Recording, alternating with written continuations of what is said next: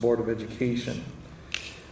We don't do roll call, but I would just like it noted that we have all board members, we have 7 board members in attendance in person, and we have board member Kreischer and board member Webster are on the telephone.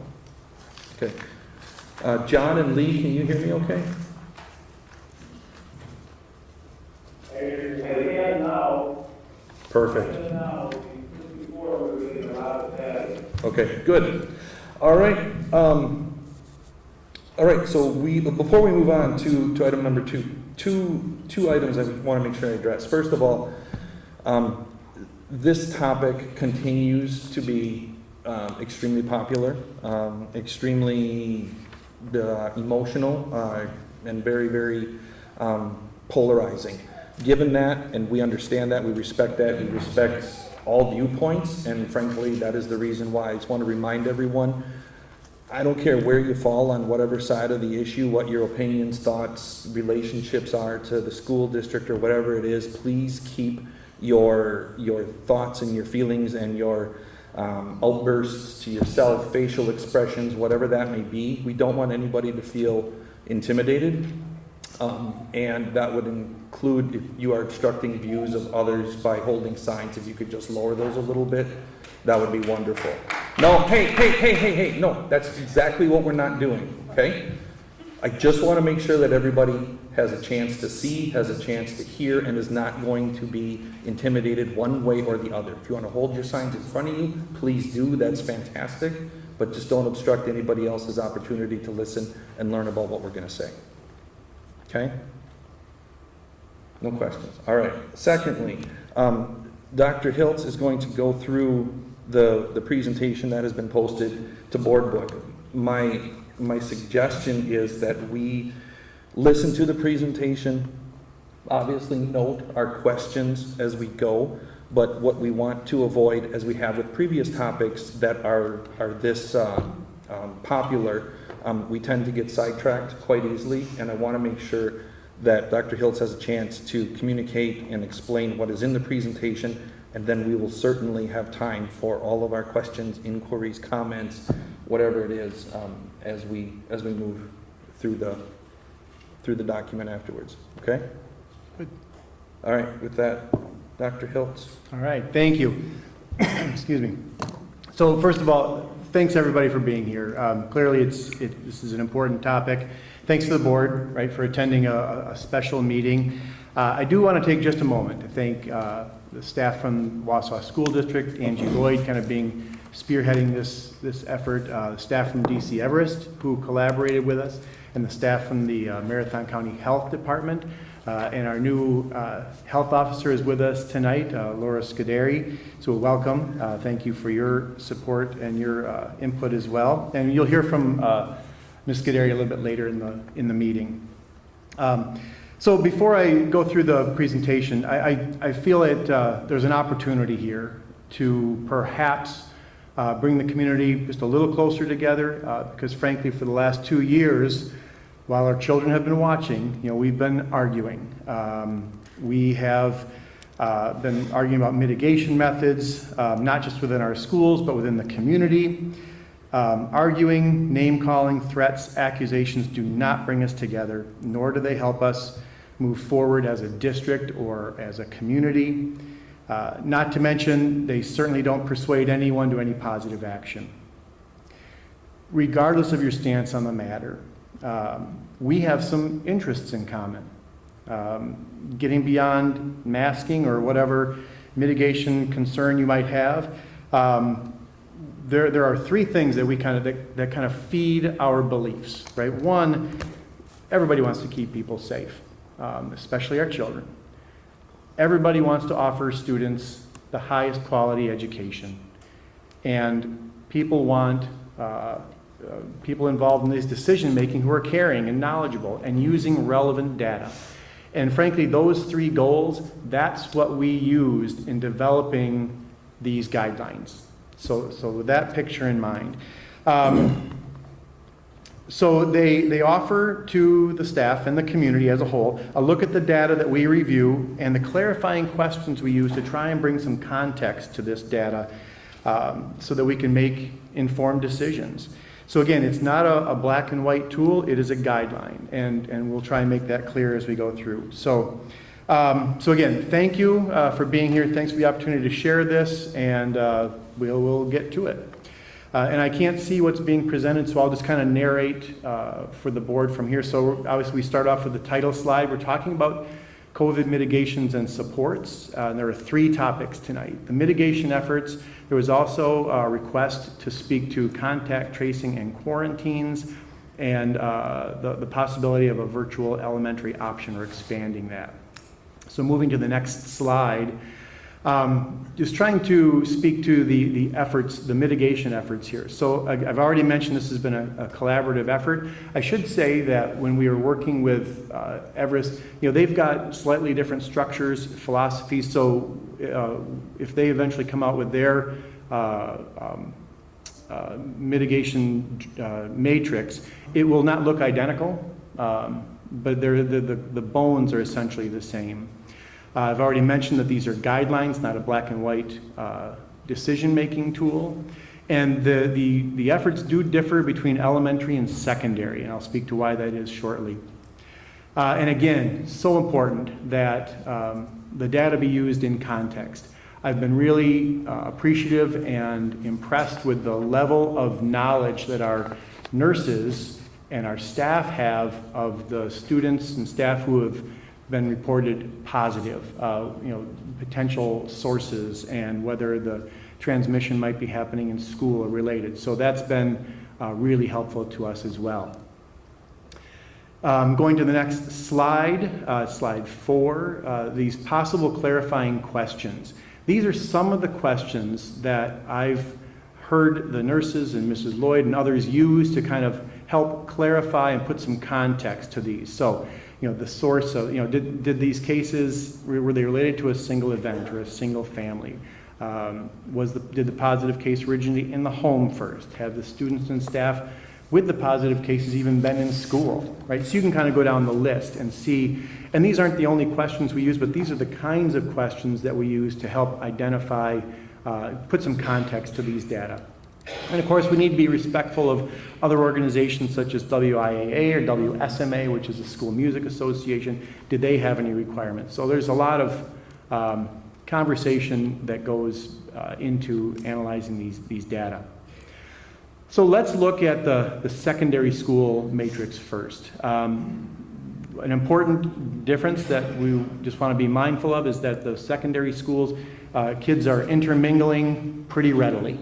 And so that calls for some different possible actions. So looking at the matrix itself, looking across the horizontal axis, that community transmission level, that comes from the DHS site, and the low, moderate, substantial, and high, those are their transmission levels. I'm going to speak to those in just a moment. On the left side are some average weekly student and staff positive case percentages. Again, used as guidelines. Cases that are connected are really counted as one, trying to, again, be very granular in our understanding of the data. Take a quick look at those transmission levels, going to slide 7. There's a red map of Wisconsin. You can see all but one county is currently in the high transmission level. And just to, again, make what that means, try and make that more digestible. So as we were reading, and I confirmed this today with public health, a high transmission level, if you reduce those numbers down, it means there's 100 people out of 100,000 who may have contracted COVID within the week. You reduce those numbers down a little further, that's 1 in 1,000. So if there's one person in 1,000 that contracts a positive case within a week on a regular basis, that average, that's what gets us into the high category. Last week, as I checked the site, Marathon County was at 283 cases per 100,000 folks. New to me this year, I think this existed last year, but I was not aware of it, is now we can do transmission levels by school district. And so, again, that's the next slide. I believe that's slide number 8 In the Wausau School District last week, our transmission level was 248. And just as a comparison, we could do this for any district. Stevens Point, which is using every mitigation effort possible, to my knowledge, their transmission levels were still in that 215 level. So again, still double the rate that constitutes a high transmission level. So just a little perspective on the meaning of those transmission levels. All right. So we have these levels. What does it mean? And again, it's not black and white. These are some actions we could take. And again, we would work collaboratively with the principal, the staff, the school nurses to make some decisions. Obviously, level 1 is normal operations. That's where we're at right now in all of our schools. Self-check for symptoms, stay home if you're sick, and masks are optional. As the levels increase, now we are starting to look at, okay, so if we're getting more, some transmission, should we have visitors and volunteers? How critical are they? Or is that something we should put off for a later time? If we have large school day events scheduled, should we look at the number of students, the length of time? Is it indoors or outdoors, right? Again, just context. Field trips would be the same kinds of analysis. We are not as interested or willing to take action on out-of-school co-curriculars and community events. Again, those are more optional. So this is really focused more on school day behaviors. Moving to level 3, obviously it's level 1 and 2 actions, plus now at this point we're starting to get more transmission, and if that seems to be occurring in the school, now we want to try to maybe keep students further apart. Maybe they stay in their desks as opposed to interacting. Maybe we can get them outside and do some more outdoor learning. We did that at Marshall last week, and I think that was greeted with some positive reviews. Luckily, the weather is nice right now. And again, review any large gathering. This is something we did last year. Angie and her team had an application, basically. We just asked the principals, hey, give us this data, then we'll kind of get together with you and analyze the viability of that event. So we're used to engaging in that kinds of behavior. And then level 4, we would say that if we get to this level where we've got some higher percentages, we may recommend we move to masking for a short time. I know there's debates about masking. I always think of a mask is simply a snow fence for your face, right? It just slows down the volume of the fluid and everything kind of drops out. So it's a simple mechanical device, and it can be one strategy. We would not recommend remote learning at a secondary school. It wouldn't make a lot of sense to send a single class because, again, of that level of interaction. So if we got to that level of transmission, we would request a special meeting, have a meeting with the board. So quick example. So what does all that mean? Here is an example. We just picked our largest school. We picked Wausau West. And last week, there was an average of roughly 6.5 positive cases in that week. That put us at a transmission level of roughly 0.4. Couple that with the high community transmission rates, and that, again, kept us at level 1. For those who are wondering, we would have to be in that 25 total case average over 7 days to get us toward the masking, which I know is obviously the topic of particular concern for folks. The next slide, number 15, is just a graphic demonstrating the words I just told you. Again, the high school would be about a 0.4 in terms of the average number of or percent of positive cases. We're over on the far right is that high transmission rate, puts us again at level 1. And I know we're getting closer to that 0.5. So that's secondary. Move on to the elementary, and again, at the elementary level, obviously, the students are more isolated, right, within their class setting for the most part. And so, here, wanting to be as strategic and granular with our decision-making as possible, we thought, let's not even look at whole schools at this point. Let's just look at the classrooms, their data, and in a similar, and then go through a similar process. Instead of percentages, again, we're looking at numbers of cases, numbers of unrelated cases in a classroom. I can tell you right now that Hewitt, Texas is a school we're looking at. They've got some higher numbers of cases. They also have smaller numbers, and all of that is relevant to any decisions we would make. I should have worn my glasses. I will squint as best I can to go through the different actions, but obviously level 1 is the lowest, or 1 case in a classroom is still normal operations, right? If we get 2 cases, now we start to do the context analysis. Would there be a reason we suspect these cases are connected? And here's some actions we might take. Again, if we're trying to minimize student interactions, right now students are interacting completely, right? Highest quality education learning experience possible. We may say, you know what? Let's just keep the students at their desks for a week or so. We can cohort them during lunch. Again, we're not concerned about recess, that being outdoors. Let the kids run, get some good exercise. Again, we might distance students more if that's possible. We're not interested in changing any class lists or anything the students would fit in the classroom as best they can.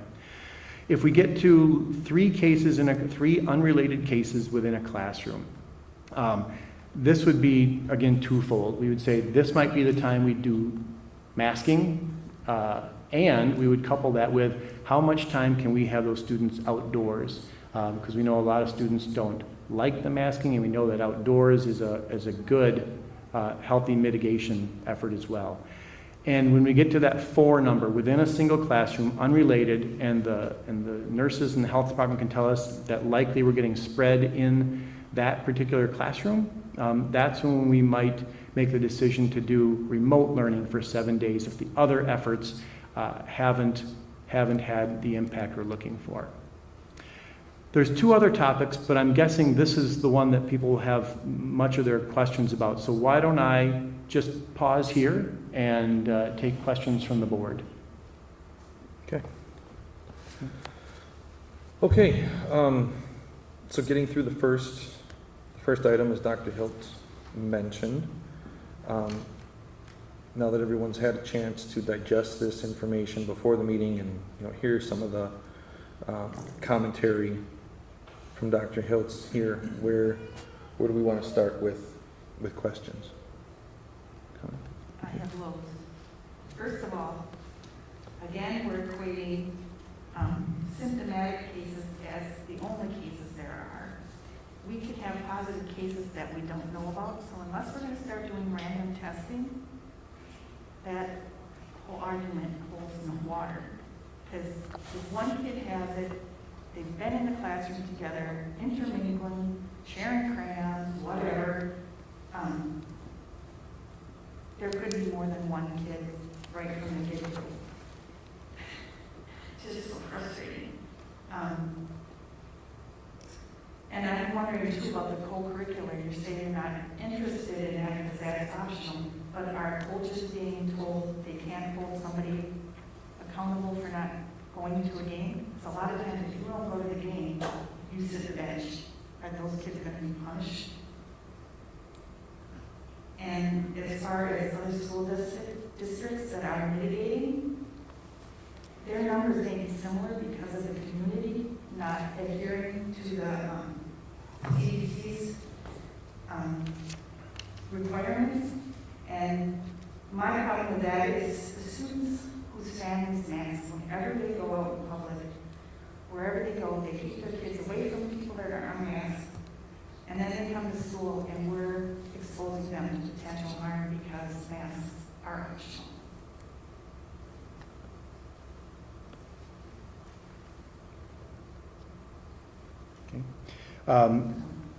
I guess there's you make some good points, Jane. I understand what you're saying. Asymptomatic students, I don't know what to say about that. You know, we can only deal with what we know, and so that's why we just chose in this to focus strictly on positive cases. We discussed using other measures such as quarantines or other COVID-like symptoms. There's a measure for that. There's a lot. I thought we would just go with what we knew. Co-curricular events, you know, again, if students aren't comfortable attending a co-curricular event, it certainly is optional. I hear what you're saying about coaches, and we certainly wouldn't condone that. And other communities, I mean, frankly, that's part of the reason that I think we've gone the route we have with masking, because if the school district is doing this in isolation, it's not as effective. And I think we can see that with the numbers as we look across the other districts with the varying degrees of mitigation. But it is more effective, even if it's only a little bit. And we have families that are doing their utmost to protect their children and their families. And we're saying, too bad, we don't care. You know, send your kids to school and, you know, take your chances. And they have a right to a free education. Is there any science to your mask? Hey, there's no questions. Okay, there's no public comment. There's no questions. Thank you.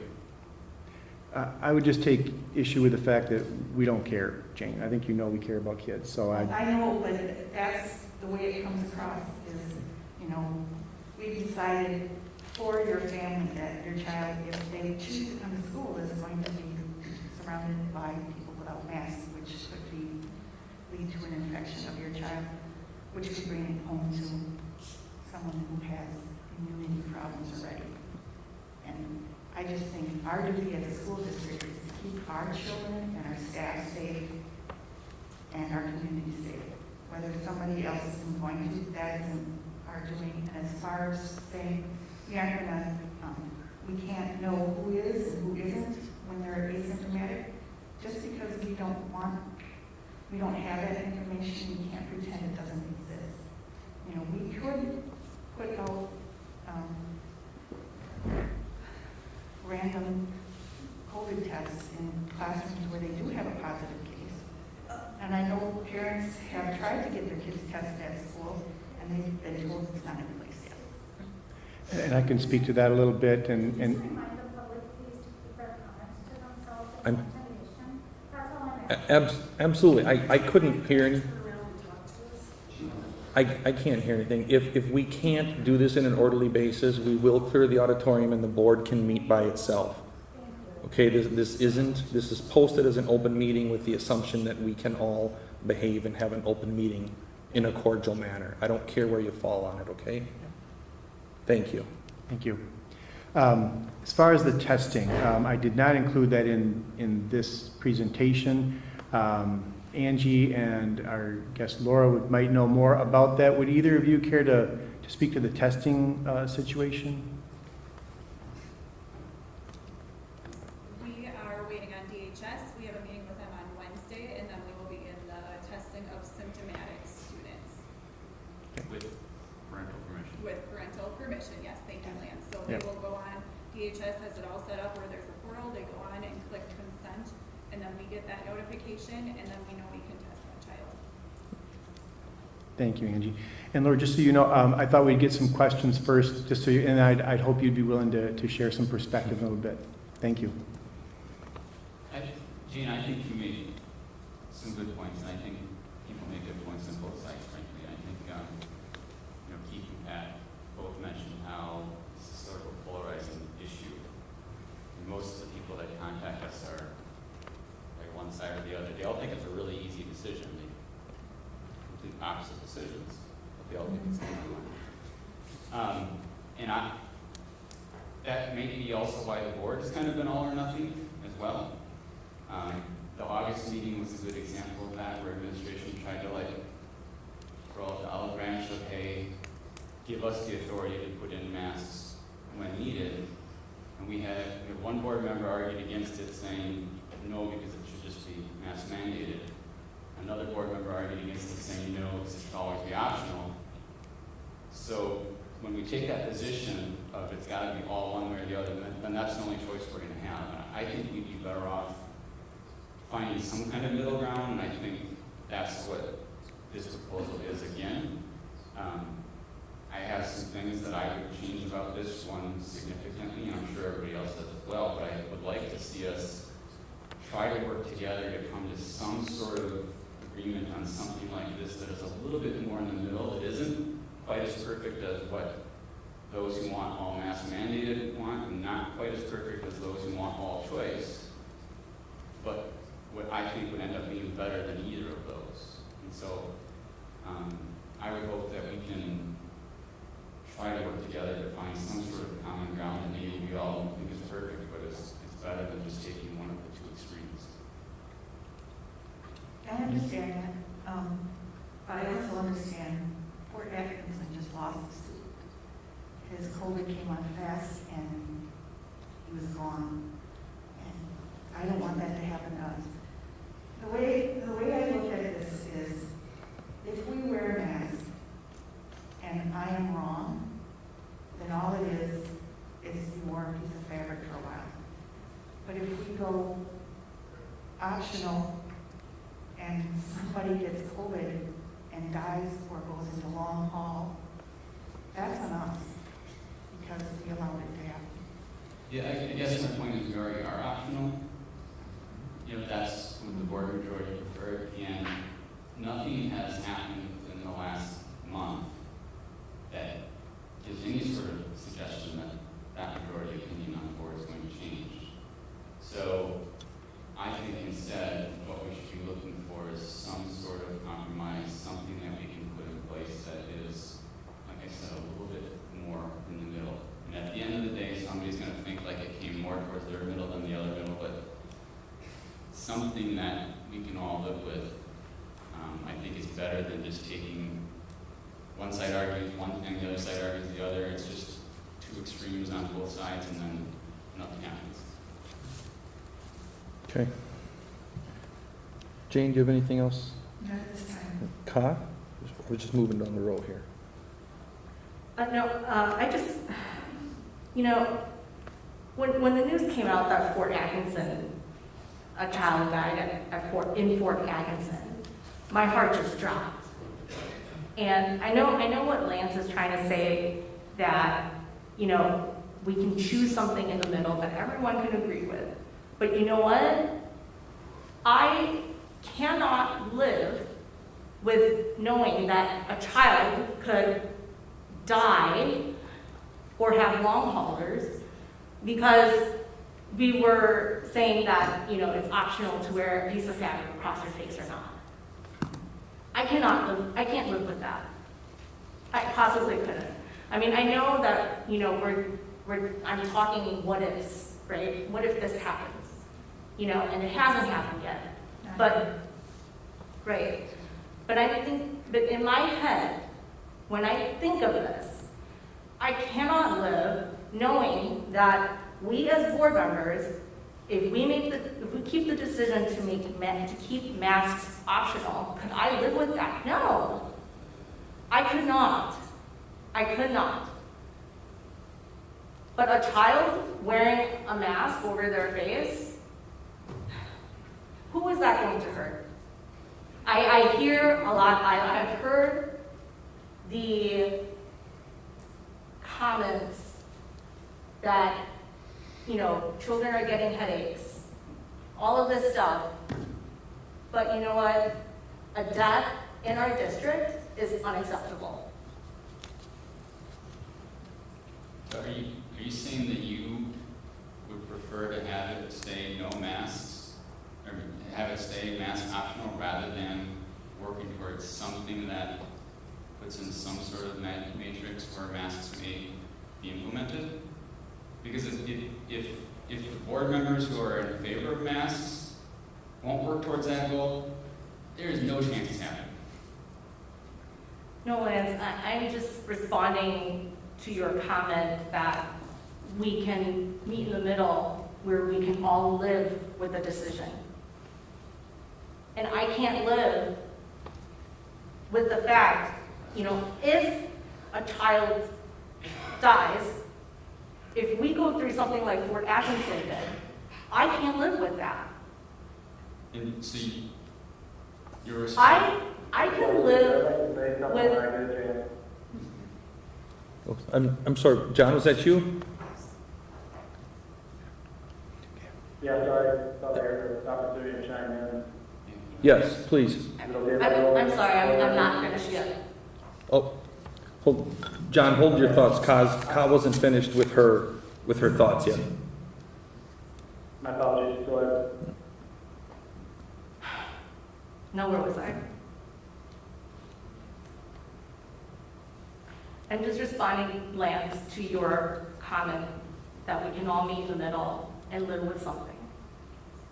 A decision in the middle. And you are right that if we make a decision tonight where we all meet somewhere in the middle, fine. I am able to live with that. But if we go through something like Fort Atkinson did, absolutely not.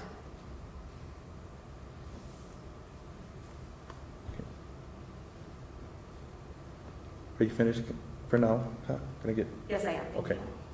John, go ahead, please.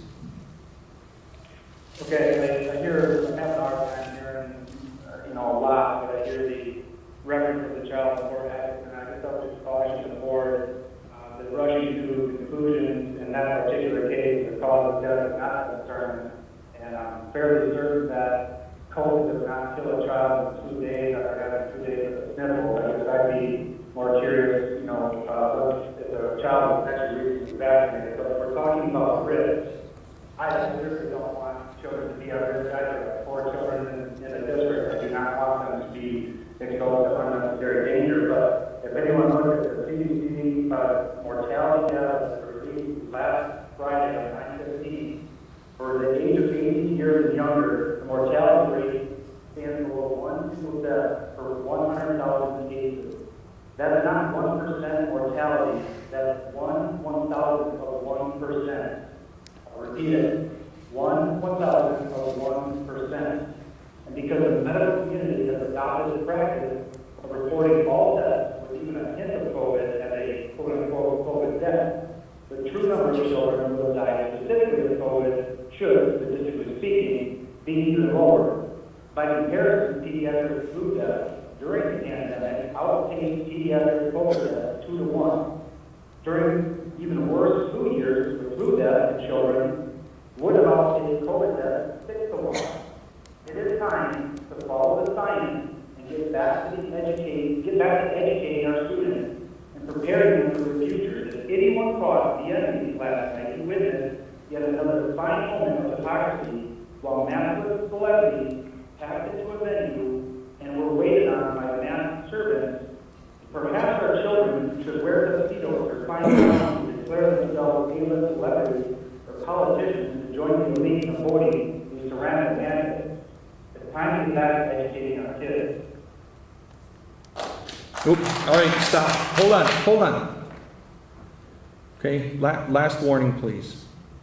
Could I ask, President, that the outburst, the person that does the outburst will be asked individually? not Yeah, individually? that is where I'm going, Okay, okay? thank you. One, no more, okay? We're trying to do this the right way.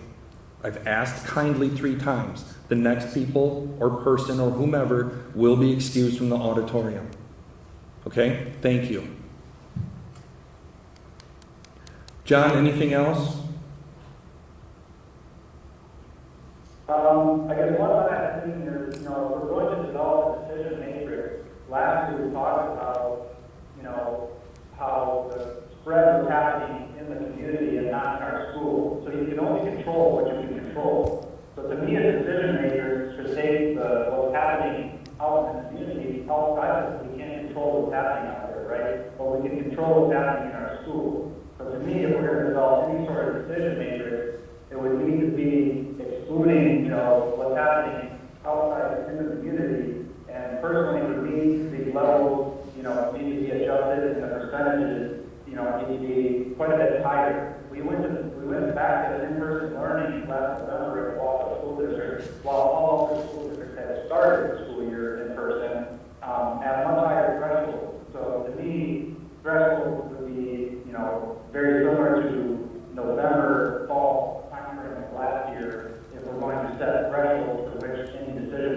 done for, you know, any additional, I guess, measures.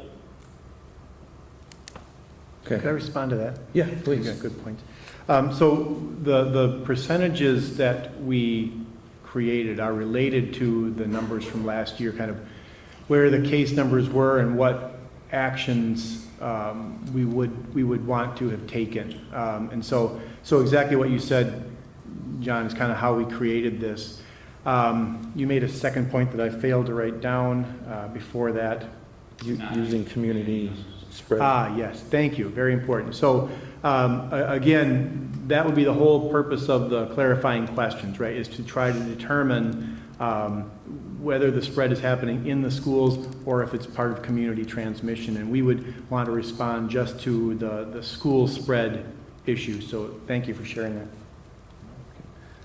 Mr. Boucher? I'm going to pass it on. I'll come back to my comment.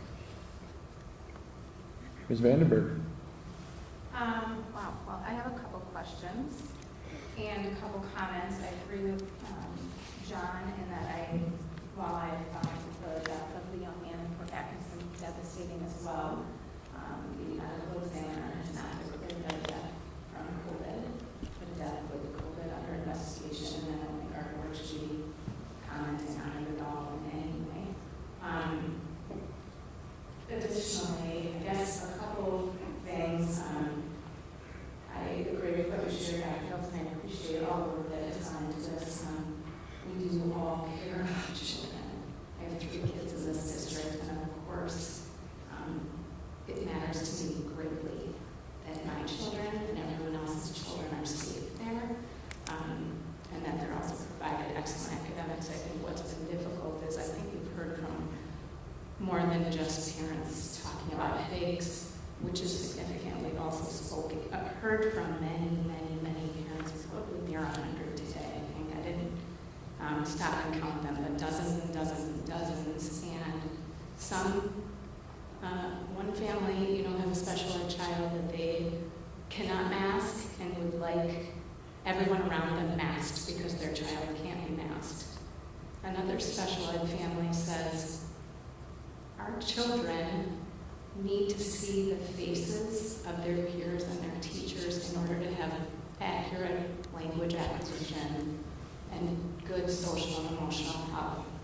And I don't think anyone can suggest that one person's needs is more important than another's. This is, like Lance said, a really complex situation, and one person's concern in a special ed home isn't a greater priority than someone else's. So I think that's important as well. I guess a couple of the questions that I have are how these thresholds were determined. I'd like to know, because to me they seem quite low. And additionally, especially at the secondary level, I mean, if I looked at the dashboard today, Wausau West would be at a level 3 if we passed this today, meaning large gatherings, homecoming, which is coming in just a couple weeks. I've got girls with dresses and kids being dropped off at homecoming planning committee meetings just this morning. And is that going to be canceled for a second year in a row? I understand that's not important to some people, but that's really important to some of our students. And that is a lot of what makes up school and the social and emotional health for our students. So I'm concerned about these thresholds. Also, I'm wondering why, I understand why they don't use these numbers at the elementary level. They look more in a classroom because at the secondary level, they're intermingling. Makes perfect sense. But also at the secondary level, every person in that building has had access to a vaccine, which has been reported as allegedly removing all significant risk of hospitalization and death. And so I'm not certain why we would have these low thresholds and grave concerns at those buildings. So I guess those are a couple of my first concerns and questions. In addition to, I agree that if community spread, if we're seeing this happening in the community and our kids, Jane, you mentioned mentioned the families that are doing everything and masking in every situation, and then go to the schools. I interact with a ton of students on a daily basis, and I just don't see those families ever. And there are students who are wearing masks, yes. But the consistency that you're talking about, I don't think that they're in-person learning, nor do I think they should be in-person learning. Honestly, I feel like we've given a really great option in providing a virtual program in our district that I'm grateful for. I know it's not ideal. I remember how hard virtual learning is, but that's the part that's tough with this whole thing, is you have to decide what's your greatest priority. And if your greatest priority is that everyone around your student is masked, then it might be that virtual learning is your best option, or perhaps moving to another district where that is an option. Much like many of the families did last year, at great inconvenience and expense to them, when their greatest priority was in-person learning, they went to a district where it was there. At great inconvenience, right? They had to drive long distances. It costs them financially. It costs kids having to be the new kid in the school. So I think we need to make sure that people are stepping back and saying, what's my greatest priority? Have I been given an option to meet that need? And I think everybody has been. And so there's really just seems to be one side that says, this is my greatest priority and everyone should bend to this place versus, we've provided options for everyone in the position we're at. That's not to say I don't think it's a good idea to have some data that drives when we pivot. I really think that's important, and that prevents emotional decision making, which is what was happening for a year. So I'm grateful for this work, and I'm grateful for it to be driven by data. Those are some of my initial concerns. That's a long list, thank you. So Karen, I can assure you that last year it was not based on emotion, it was based on science. Is there anything you wanted to respond to, Ms. Van Denberg? Just a couple of things. Again, a number of good points. So again, I'm just to say again that the percentages we came up with, those across the top for the secondary schools, of course, we got those from DHS, right? So those we can certainly speak to. On the left, the percentages of staff and student illnesses, that was a long collaborative decision between the districts, and we kind of settled here. Again, it was based on our lived experience last year, kind of where we were and some of the behaviors that that could have taken. And so it's mainly experience based, those percentages. So there's a little bit of that. Secondly, your point about secondary students having the opportunity to be vaccinated is obviously a really important piece. And while we value all students, we are most concerned, may I say, about the elementary because they don't have the option. And so, because you'd made a mention of that. You talked about homecoming. Again, we're more focused on during the school day events as opposed to the out of school events. So I don't think we're going to be canceling anything. Might we take some, mitigation steps, if you will? I know we had an assembly scheduled over at, I believe it was Wausau East last week, and they decided to separate the students by class, I think, or it was just one class, and then they separated them out. I'm not sure all the details, but again, these are things that we do just as kind of a matter of course as we look at numbers. So you made a lot of good points. I don't know if what I just said made sense. I'm trying to kind of touch point those. Was there anything specifically that you wanted me to speak to? Well, like specifically to homecoming, you mentioned that there's events all week long in the school.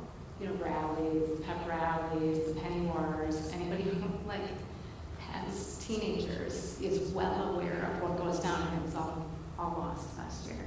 And so, those are the kinds of events that they matter. They really matter to our kids.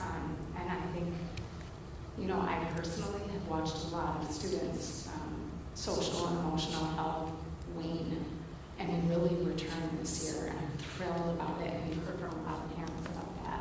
And you know, before COVID, that's all we talked about was mental health for our kids, and it's almost as though nobody cares about it anymore.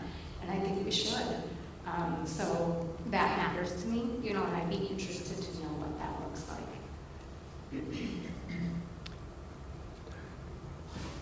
This is Lee. I'd like to speak if I can for a minute. Yes. Okay. You know, I think I've been spending a significant amount of time looking at data specifically that's related to social and mental health and the other impacts of what we're doing. And we're talking about education, the importance of educating our children. And unfortunately, they look at through the lens of the children. You know, what we're teaching them, what they've learned is they've learned to be afraid. The anxiety levels have increased 3 to 4 times. So they've learned to be depressed. They've learned to avoid attachments. They've learned not to trust anybody because they get such significantly different information from so many different places. And they've learned, many of them have learned not to communicate personally in any kind of meaningful personal interaction. More we mask, more we cause them to social distance, more we tell them that they can't communicate face to face, be close to one another. And what we're doing is we're creating some things that are going to be not only short-term issues, but very long-term issues that they're going to carry with them for the rest of their lives.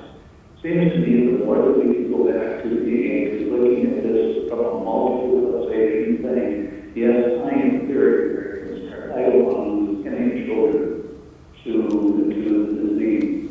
Unfortunately, the fact of the matter is the disease is out there and people are going to get it. What we want to do is we really need to be looking at what kind of treatments are available. Most of all, I think what we really need to do is start reassuring our kids that we can return to normal life as much as possible and as soon as possible. Lee, where did you get your data from? I'm sorry. Where did you get your data from? This connection is really bad. I feel tired of what you said, so I apologize. Lee, Jane was asking where you got your data from. I don't know that that's a short answer. If not, maybe you can provide it to her after the meeting. I can find data and give it to you, yes. Okay. Thank you. Okay. Mr. Trowell?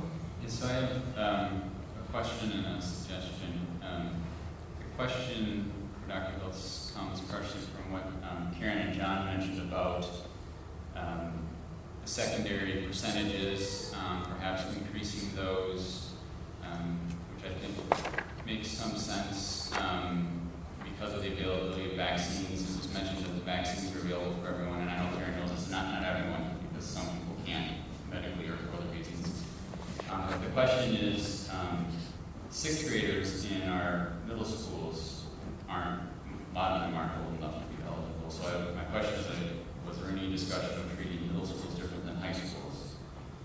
And then my suggestion or request, I mentioned before, there's one significant thing I would change about this, and that is in the elementary schools, when we talk about a COVID positive student in the classroom, we're not masking or distancing. So when there's a COVID positive student in the classroom, the whole class is all close contacts. So in almost every school district, those students won't even be allowed to come to school. I think Mosinee allows it and we allow it. I don't think DCRS, Merrill, Marathon, Point, Marshall, I don't think really anyone else allows those kids even to come to school. I would suggest that it would be reasonable that those students who are close contacts, who are subject to a quarantine that we don't enforce, that they be masked just during that time period. yes, some parents will still be upset with that, and they would say it should be our choice, but I think it's important to remember that in other districts, those students wouldn't even be allowed in the buildings. So I think it would be reasonable to at least mask those students for the 10-day period.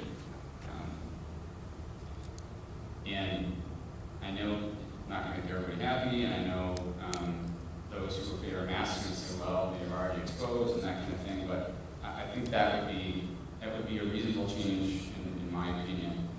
And I'm interested in knowing what you think about that and about treating middle schools different than high schools because of the sixth graders.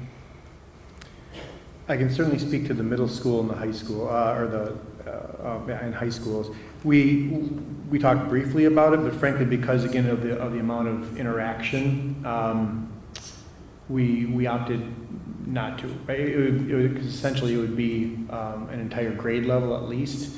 How would we be able to separate if a child had a positive case in sixth grade? Well, at least one house, right? So that's half of sixth grade. I'm sorry, I wasn't very clear. I meant with regard to percentages. Oh. I agree that middle schools have to be treated like secondary schools, and that's, I'm wondering if percentages, if we looked at maybe using a lower threshold at middle school and a higher threshold at high school because of the vaccine availability. Right. I'm sorry, I didn't make that clear. No, understood. Thank you. No, we didn't, and that's an interesting concept that I could not develop right now. But it's a good, it's a good suggestion. Well, and there was a suggestion from both Karen and John to increase those threshold percentages. And to me, that it makes more sense in the high schools than it does in the middle schools. For that reason, I didn't start thinking about it until 5 minutes ago. So Mhm. I Yeah. don't have a place either. But Yeah, it's a and thought. I'm sorry. That's certainly the value of having this conversation, right? We were kind of, there were several different levels of percentages discussed. There are even different ranges across the top. So if that's an interest of the board, we could certainly look at those measures and take into consideration your thoughts around middle school or even just sixth grade, again, because some opportunities that they may not have. A constituent did reach out to me, and they did say 12-year-olds can be in 7th grade as well. Right? And there's some interaction even beyond that. There's sixth graders taking 8th grade classes. Yeah. So it's not perfect, but yeah. But by and large, Okay. Anything else, Lance? Yeah, I wanted to talk about the letter we got from TPI. Hold on, I'd like to get done with Mr. Nicolai. Well, I think everything kind of an echo that I feel like, and I agree with what Karen had to say and kind of what John and Lance is trying to do. I think that is definitely kind of the way we need to look at things. We need to find some sort of middle ground that may not please everybody, but that will definitely be beneficial. I think we are losing focus of certain things that are important, such as, like Karen mentioned, mental health of our children in the district. And I think those are things we really need to kind of consider on. I truly appreciate what Lance is trying to do, kind of finding some common ground, and I hope that we can find that at some point. I have to say that masks are going to be a big dividing issue, and I don't know if that's going to change. I think he wants you to pull your microphone closer. Oh, I'm sorry. I've got it more. I'm sorry. I apologize. I was trying. Okay. Anything else, Mr. Nicolai? before we move on, Well, hold on, I've got a couple go ahead. thoughts that I would, Mr. Boucher, why don't you go ahead, I'll go last. A couple of questions, and it's really to the administration, because I want to have more clarity when it comes to this. When you take a look at our communities, we're not a community in isolation, and there's nobody bigger on local control than I am. I've been preaching that for many, many years as an administrator. But when it comes to health, there's no boundaries for viruses going from one place to another. And our community is not just the Wausau community, it's everybody around us. Consequently, we have a lot of people coming in and out. So my question then works into this first question for you, Mr. Nelson and Dr. Nelson. That's the idea of how much working together, not just with DC Everest, because DC Everest is just one district that butts up against us, but how much work is going on among the superintendents of all the districts, because percentages equate everything, not numbers. We're not talking about 8,000 students here compared to 500 students, but we're talking percentages. And my question is, how much has been discussed with those districts? Because right now, in Region 5 of Wisconsin Association of School Boards, 34 schools, not being one of the 34, 33, the other 33, there's about 90% that are optional. And there's about 10, maybe 10 to 15%. I didn't count it all up to divide it up, but it's close to that. They're really doing the same thing right now. And we could do something completely opposite, and it doesn't help one way or another. And I'm concerned about that. So the question is, that's a long question. Again, that's something like CNN or Fox News. How much have you been working with the other superintendents? Not significantly. We communicate, we share, what we're doing. But frankly, it does vary by size of district. Little districts are easier to separate students. You can get a classroom, 15 kids and spread them out. They've got different opportunities in that respect. And again, as you mentioned, mitigation efforts are kind of all over the board without a unifying, vision for it across the region or the state. We do look at numbers, but frankly, I tend to look at, I would not anticipate numbers in those districts being significantly different from us. That's why I kind of look at our Valley Conference, because demographically and regionally, it's probably our best set of peers. Well, I agree with that being comparative, but so many times that comparative is good for maybe academics and things of that fashion, what we offer versus another school our size, what they offer, AP or IB, things of that fashion. But this is really a new world. And you and I, our doctoral programs were not with MD, it was with education, and that's what I really like to be focusing on. Is what types of things are we doing to catch our students up that lost so much last year? We haven't even really talked about that, but that's not the topic for this evening. So let me go forward with this question then. How much have we gotten from the students? There was a person that made a comment, that had public comment one time, and said, have you even talked to the students? Now, I know that I've been out there. I don't know about the rest of you. You do have children in that, but I've been subbing in local districts around us and talking to students all the time to just get their point of view. We have whips, which they have done some testing or surveying and getting information from students. Have we utilized any of that information and given that to parents as well? Not this year, no, we've not. Okay, well, then I guess I'm really encouraging more communication with other districts and finding out what's going on, because we are so integrated with all the other communities. My comment. Okay. All right. I do have a couple of thoughts. Kind of, we'll come back, and maybe some more questions. And Ms. Scuderi. Mm-hmm. Welcome. Welcome to the discussion. And I've got a couple questions for you. I don't know if you want to just stand up to the mic. And these are none of these are intended to be gotchas. I'm just trying to understand kind of the bigger picture here. So, pardon?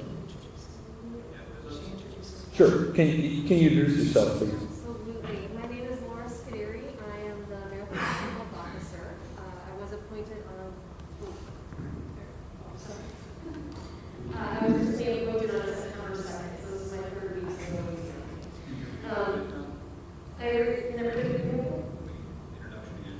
Oh, sorry about that. My name is Laura Scuderi. I'm the Maricopa County Health Officer, and I really want to thank you all for having me today. I appreciate the opportunity to come and meet with you.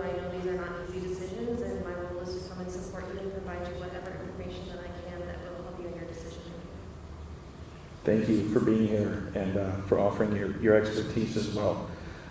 So a couple observations.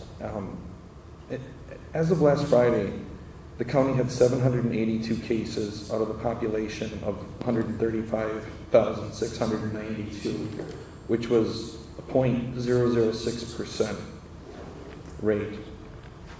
The school district had 60 active cases out of a total of 9,500 students and staff. Right. Somewhere in there, which is also 0.006% of a rate. When I looked back at the data all the way from to a year ago to September of 2020, for every age group in the county, the school district, or the school age children, 0 to 9, 10 to 19, it mirrors the public's, or it mirrors the county data. I mean, you can set your watch by it. It's identical. The only issue is that, or the only change that I see is that the younger ones lag a little bit in terms of where the peaks and the valleys are. So, knowing that, I mean, is it the health department's position that, and I know you're new to this, but to me it seems like whatever happens out in the broader community, in the 135,000 and some odd people, that's what we're going to see in the schools. And the reason I say that, or the reason I question that, is masks are not only optional within the school district, they are optional throughout the entire county, correct? That's correct. Okay. So in terms of the correlation, have you seen any anomalies in which it would say that a school district or the population within a school hasn't followed the community infection rate or the community spread? Well, I can tell you we're still gathering data this year on it, but I can tell you that our weekly 7-day case counts have increased dramatically in the last couple of weeks. Last week, our 7-day case count was around 50, and this week it's gone to 80. So we are, and just to give you a sense of that, we got about 80 cases today. And just to give you a sense of the volume, any individual that is identified as positive can have any number of those contacts at this point. So, 10 to 100. So we could be tasked with doing contact tracing on 4,000 individuals in a day, potentially. Sure. But I guess regardless, so we have 80 today. My point is that we would expect to see a proportionately equal increase within the schools, regardless of the masking conditions, because the data supports that no matter if we had masks or didn't, the school-age kids are getting infected at the same rate as the broader community. There is data that I can share with you about masking and the effectiveness of masking in schools. We have reason to believe that it is effective in schools and that it would make a difference. Okay, that would be helpful. And I guess kind of going along with that, are there any other populations within the county in which community spread is, pardon? Oh, I'm sorry. Are there any other populations within the community, businesses, private events, get-togethers, whatever, in which we are using, or someone is using community spread as a determining factor to take specific action? That's a good question. I would have to look into that further. There's possibly some businesses that are, but I don't have that. Okay. But it's a good question. Has there been any, and I look back through all of the agendas of the health department, the Marathon County Board of Health back into June, the Public Safety Committee meetings, I'll get to Wausau City Council. Has there been any agenda items or anyone request that mandatory masking be placed on any agenda? No. Okay, so the only place that you're seeing that request is here in the school. Well, we're actually worked with Dr. Schultz and the administration here on the matrix that you see before you. And what that does is it provides suggestions about how to layer in mitigation that we recommend, which is in line with the Department of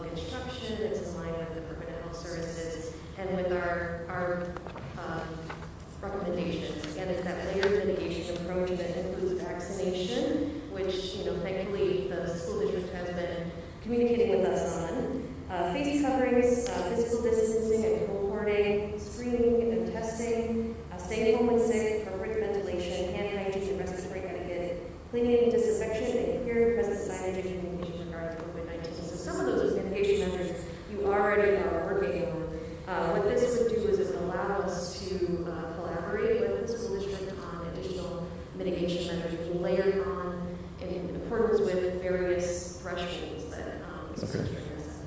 But to your knowledge, in the time that you've been here, there hasn't been any requests at any county health meetings, Board of Health meetings, Marathon County Board meetings, nobody has asked that mandatory masking be put on an agenda for discussion. The public has asked me to do that. I get requests every day. I'm sure you get requests every day on various things. So I have had discussions with Okay. various public members about mandatory masking and what it would, how that would happen and who would do it. Okay, I haven't seen it on any agenda. I was just curious if you guys were getting the same types of requests, and I also couldn't find it on any Wausau City Council meetings. I couldn't find it on their public health and safety meetings. There was no mention of mandatory masking. There was various comments in some of the public comments, but I'm just trying to gauge how much interest is there in mandatory masking outside of our four walls, because we've got the 8,000 or 9,000 people that are in these buildings, and there's another 136,000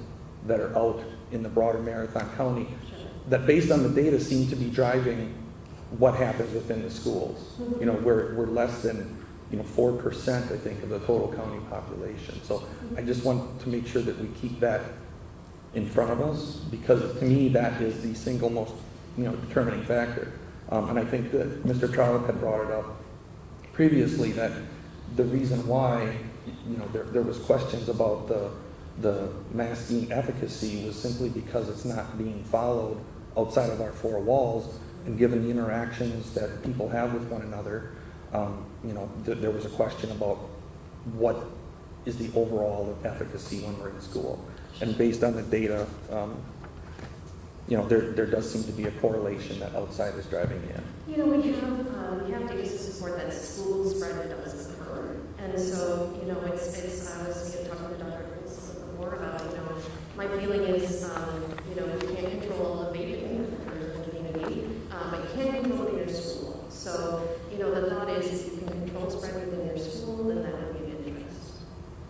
Can I ask you a question? So, early in the school year, there were big headlines about a case that occurred at Stettin Elementary School, and some pretty upset individuals that it was an all-school assembly, and it would now result in wildfire spread.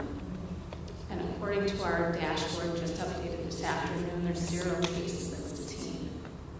So by your estimation, with your expertise, would you suggest that probably even with a mask optional environment in a large school assembly, it was not a super spreading event that resulted in mild, cases? I feel like if you had a super spreading event at a Wausau school, that would probably be big news for you, and I am not aware of any massive super spreading event. So the headlines were there, but then it just didn't amount to what it was anticipating to be. A super spreading event is far beyond what we've been seeing in schools so far. We have had outbreaks at Wausau school district schools that we need to attend to. Sure. But I would not necessarily call them super spreading events. Sure. Well, would you even call this a spreading event with 0 cases at this point? I would have to look at what the details of that situation specifically were. Well, it was limited. It was 10 minutes long, and the classes stacked room classes, so they were forward in the sense that they stayed within their own. Right. Although we don't see any more 4th graders with it either, so. I've got just two more things before we get back to Ms. Lowe. Dr. Hilt, I know you were working with Everest. I know there was some question about if and when they are going to use this. Do we have an answer? Do you know from Dr. Gilmore when they would be implementing something like this? No, I don't. Okay. They don't have anything scheduled at this point. Okay. And then lastly, there was consistent with everybody's talking about metrics, and I agree with that. We need to, do everything we can to get those in front of us. Does anybody recall what metrics were used last year when schools were kept closed? Was there anything that we had that said infection rates are over X, positive rates are over Y, we're going to keep it closed, we're going to keep masks? I can't find anything, and I didn't know if I missed it or What was your question? My question is, what metrics were used last year to keep schools closed and to keep masks mandatory? Because that may give us a threshold to look at and say, oh, here's what we used, there was an infection rate of over 10%, we're gonna keep schools closed. I couldn't find anything, and I don't remember seeing anything. I just wasn't sure if I was missing it or not. I can speak to it a little bit. So initially, as we entered last school year, we had used some data from, was it H1N1, I believe, from a previous, illness spread. And the percentages were like a 15% range, something like that. We had also talked about schools being closed if we weren't able to staff them appropriately. So it really came down to a staffing level. And frankly, I would, right now, a little later when we talk about contact tracing and quarantines, but as long as we're talking about staff right now, we have not filled all of our staffing vacancies currently, and we have very few substitutes. So it is kind of all hands on deck with covering classes and splitting up classes to spread them amongst other teachers. So we're struggling in that respect right now too, just FYI. All right, thank you. All right, Kai, you had follow-up. Yeah. So in my other role as an elected official, I'm on the county board as well. So just to add to your comment, President, we did not talk about mandatory masks on the county board because we're not dealing with children. We're dealing with adults that are employees of the county. That is what we're dealing with on the county board. So that's why this year we did not talk about mandatory masks. But if we were talking about last year, that is something that we talked about on the county level, was masking for our county employees. Has there been discussion about a county-wide mask order, not the county employees, I mean, the county health department implementing a mask order like any county does? I can't speak to that because I'm not county board leadership, so that would be a question for county board leadership. I can speak. Sure. Go ahead. So Dade County has an ordinance that allows them to do that. As a health officer, I can't do that without an ordinance in place. So various counties have different levels of. The county creates that ordinance. That's right. There you go. So, but if the county wanted, because that would impact children, right?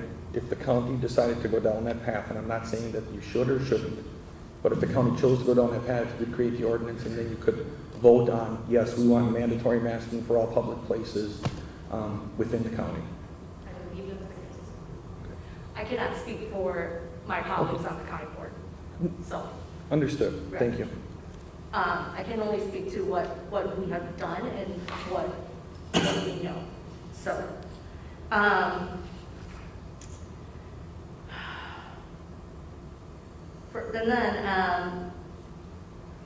I think it's really unfair to compare what we're doing to what city and county is doing because they do not oversee children. They oversee their buildings and their employees. So that's an unfair comparison. Well, just one response to that, Kai. I'm not saying that it's fair or unfair. I'm just saying that it's reality. That what the adults do outside of our four walls directly impacts the infection rates of our kids. Exactly. Okay. I mean, I agree with that. I agree with that. Yeah. And that goes back to Mr. Kreischer's comment that we control what we can control. And I agree with that. We can control what we can control. But at the end of the day, our school district, we're not a boarding school where kids stay here 24/7. They come to school, they go home, they go out on the weekends with their families and their friends, holidays, and then they come back to school. And so they go out, they do whatever they do, have fun. They could go out there and get COVID and then come back to the schools and then give it to everyone else.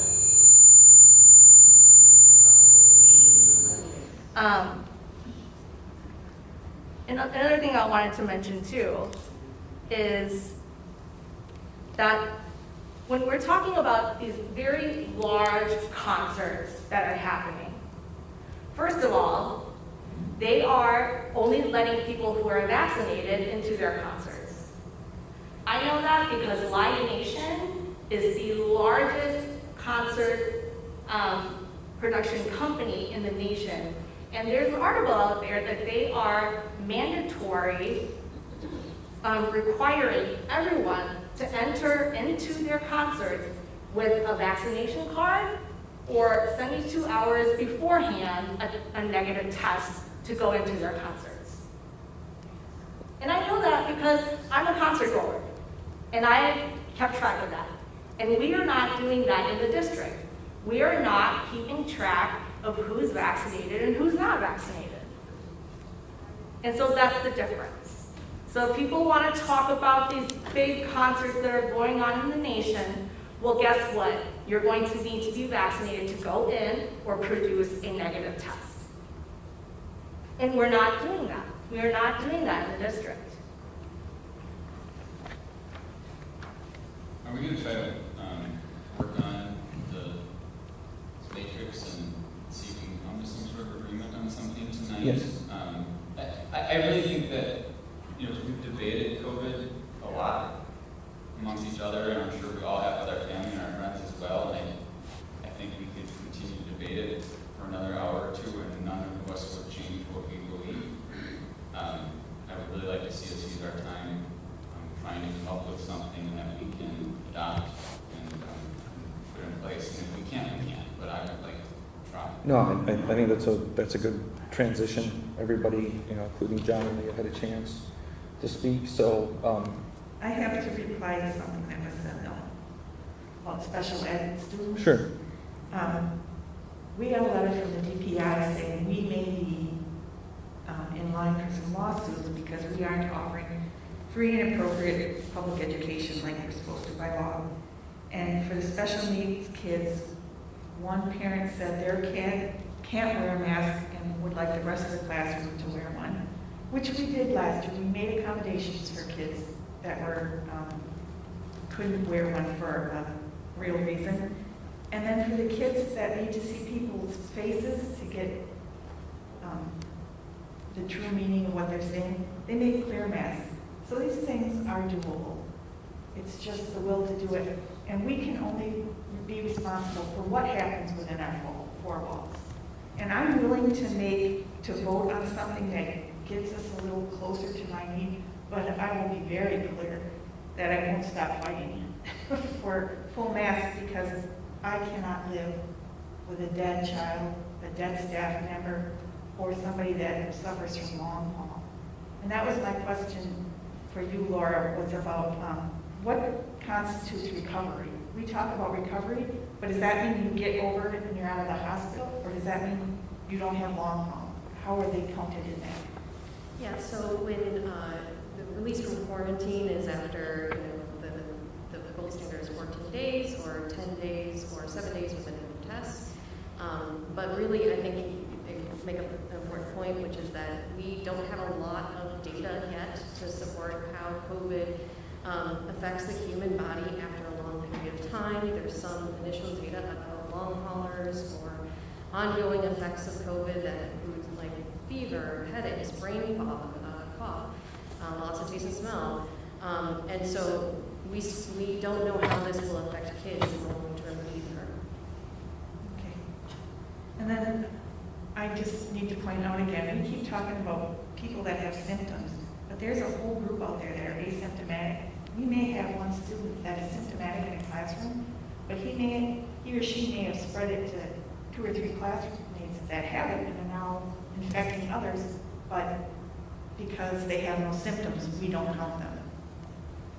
So I would say that one of the things that we're looking forward to is vaccination for ages 5 to 11, which should hopefully come sometime in the next couple of months here, which will eventually protect. But I do want to mention that vaccination rates for 18 and under continue to be fairly low in our county, about 40–45%, depending on what age group we look at. So we are talking with, you know, the within school districts to determine if there's a way that we can boost our vaccination numbers for the kids that are eligible. Could require it for sports, we could require it for going to events. And I think that would be a collaborative discussion that we would like to have with the school districts. And I just wanted to clarify too, Jane, that I wasn't suggesting that we can control what happens outside of our four walls. My point is that the risk to children exists outside of our four walls. So if one of those unfortunate events should happen, right, and there's no advocacy happening for mandatory masking at the broader level, I'm not exactly sure how effective it is within our schools. That's all I was pointing out based on the data. And I'm just saying, we can only control what happens in our four walls, and we should do, that's one of our main things, is to keep our students safe. Understood. And the other thing I want to do before we move to Mr. Trollop's suggestion is that based on where we're at right now, because we're always obviously talking about the negative side of this, so far we have, with our absenteeism rate because of COVID, we have a 95.6% present rate of our students that are in school 5 days a week, 8 hours a day right now. Our normal absenteeism is about 5%. Right, roughly. So there is some success happening.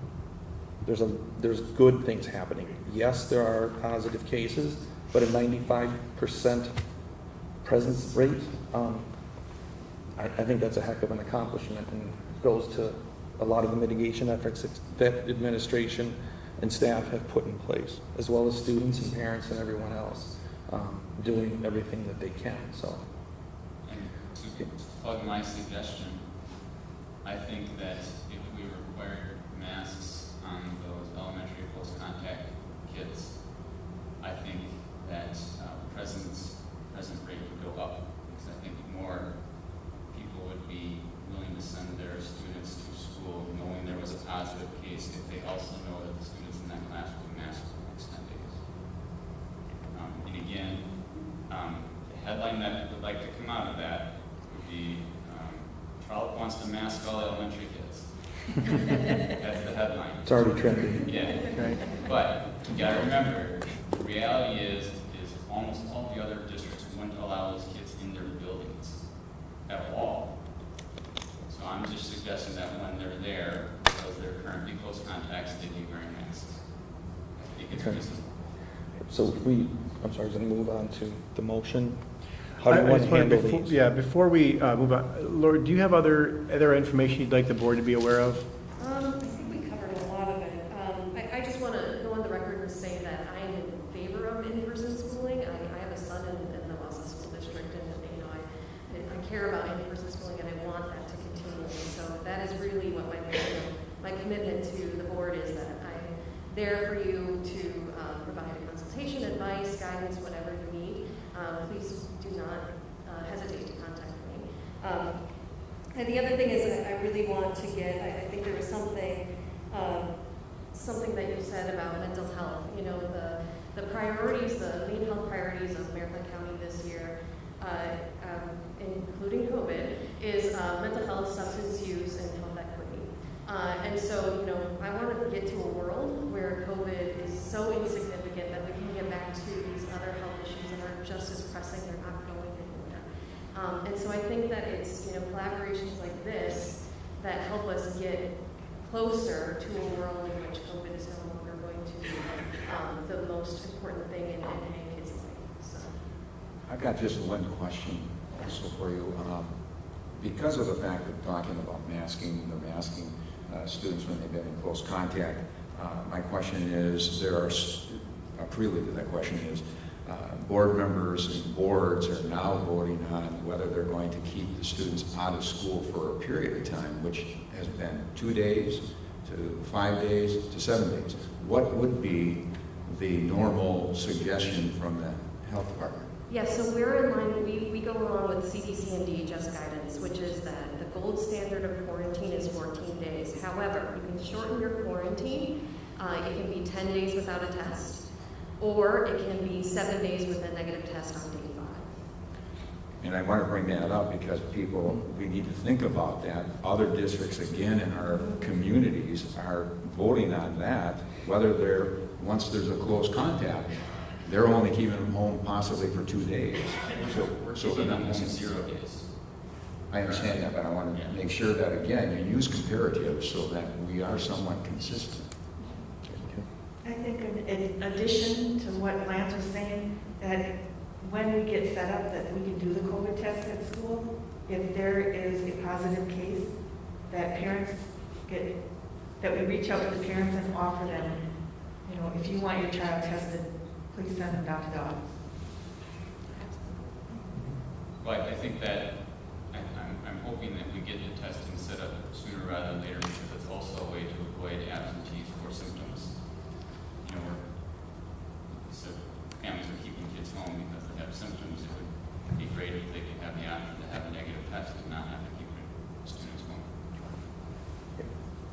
Okay, Dr. Hilt, how do you want to handle these? They were agendized for 3 separate items.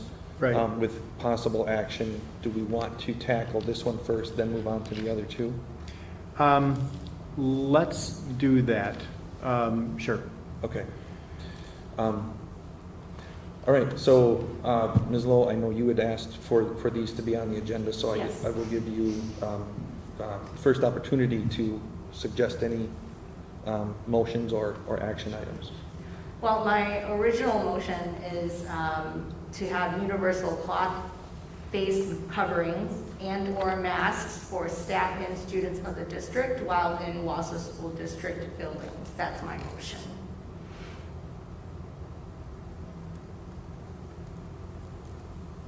I'll second it. Okay, so we have a first and a second for mandatory masking for students and staff members within Wausau School District facilities. Correct. And we have a second on that. Questions, comments, modifications, suggestions? I'm tempted to move to try to amend it in a way that it has an actual chance of passing. But I think we're probably better off tackling it with the matrix that's been presented and trying to come up with some sort of set of data that we can all agree to. So I think it would be hard to try to make motions and make amendments to fine tune it in a way that is different than actually looking at the data that's presented here. Okay, so no modifications being suggested to the motion on the table? Okay, all right. Okay. We have this a roll call too, please. Yes, absolutely. Ms. Peck, roll call vote. Mr. Creasure, Mr. Webster, are you still on?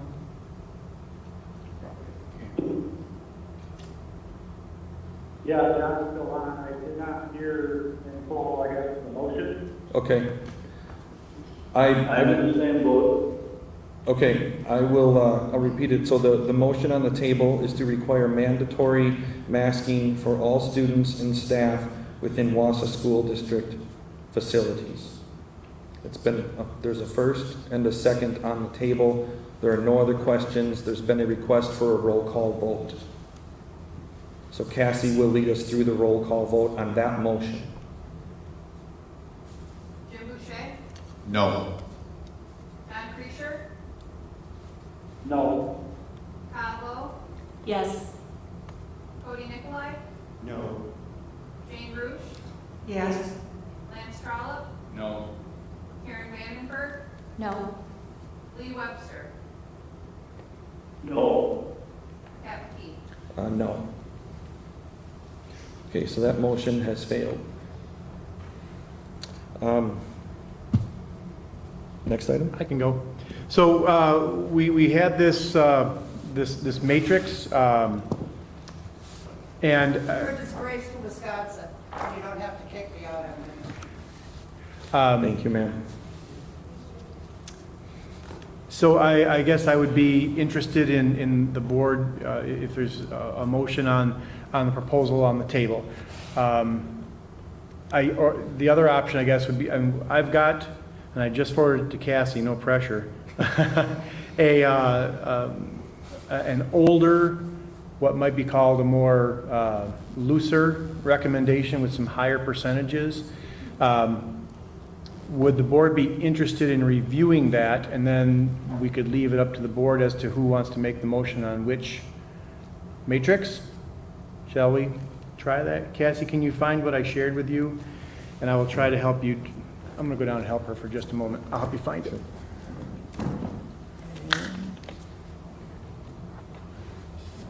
Pardon me?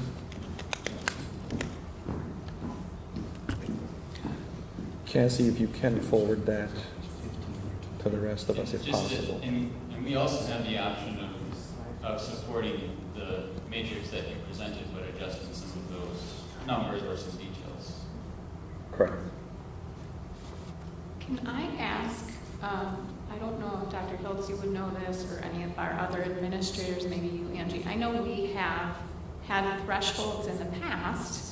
If there was chicken pox in the classroom or influenza in the classroom, and it reached a certain level, we did make changes. And so I'm wondering, what is that threshold? I don't know off the top of my head. We certainly, I can work with the nurses and we could look at that. I can text them right now as we're going through this and hopefully have that for you quickly. You know, if I could just state, based on my memory, and sometimes that's rather not very good lately, but looking back in years of administrating, it usually was a flu bug with H1N1, SARS, there was a percentage of like 15% of a school would then be called by the county health department, and they would pull the plug on that, and they would tell us whether we need to close or not. Yeah, I'm guessing it's close to that percentage. I know with the H1N1 that Dr. Hiltz had referred to earlier, it was 10% threshold. And then when we had thrown out percentages for criteria last year, it was 15 to 20%. But we never used that 15 to 20%. But it was 10% for H1N1. I'll find out what. And also that was for closing school. Correct. And the percentages we're discussing aren't for closing school, they're for making what I would consider to be much smaller modifications and mitigation. And I think it's very important that you talk about that because of the fact that there have been limitations in the past. You take a look at that. If we're going to talk about data, take a look at it, identify it, and then is this as great as that was at that time? Because that's all we can do.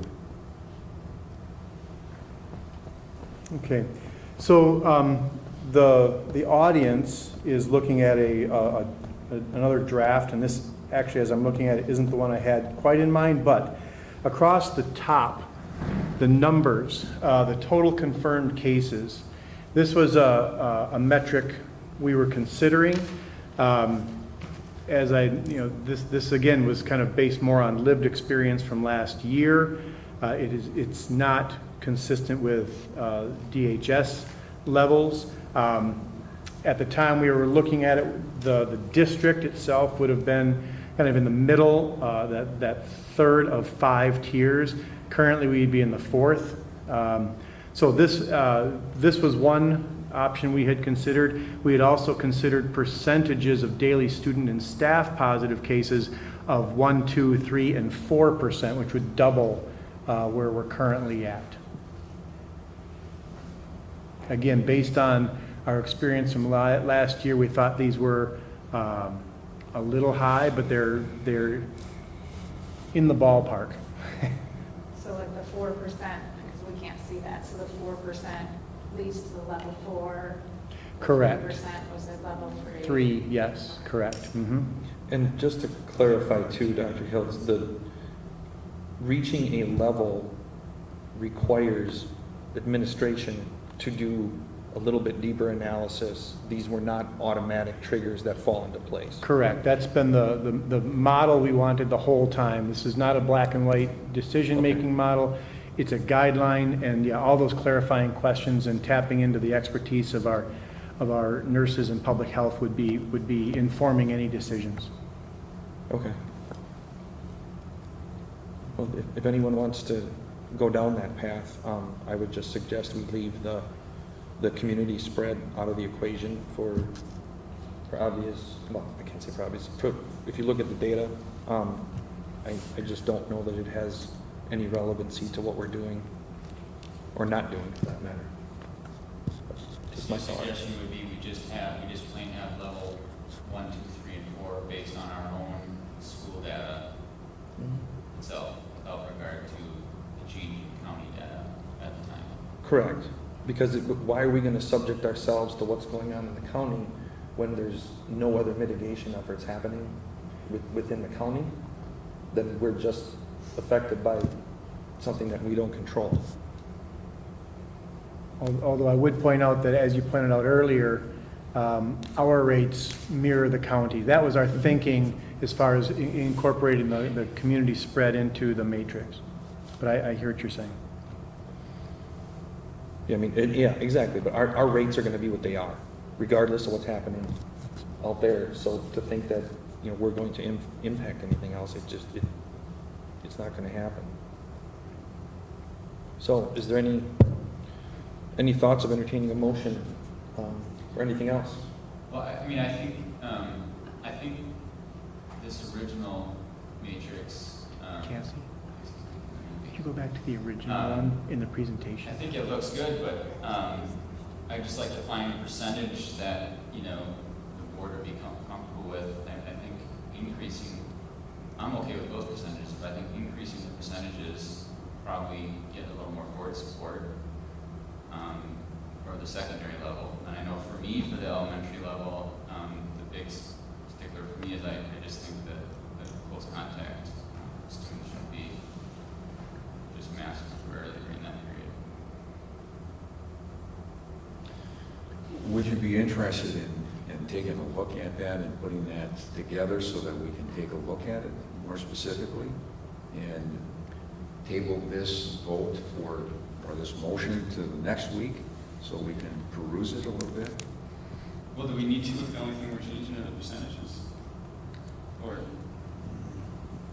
I think we need to if we're going to start looking at different tables that we haven't had a chance to study. But if there are percentages that the board could agree on tonight, I think there's some value in reaching an agreement Right. and having something. Agree, and this has continued to be front and center for people, for obvious reasons. I'm not saying that they're not valid, but, kicking the can down the road, we're gonna end up with the same discussions that, whether it's next Monday or the Monday after, and I feel strongly that we need to continue to provide clarity, whatever that clarity is, so people know what to expect, so kids know what to expect, and the staff knows what to expect.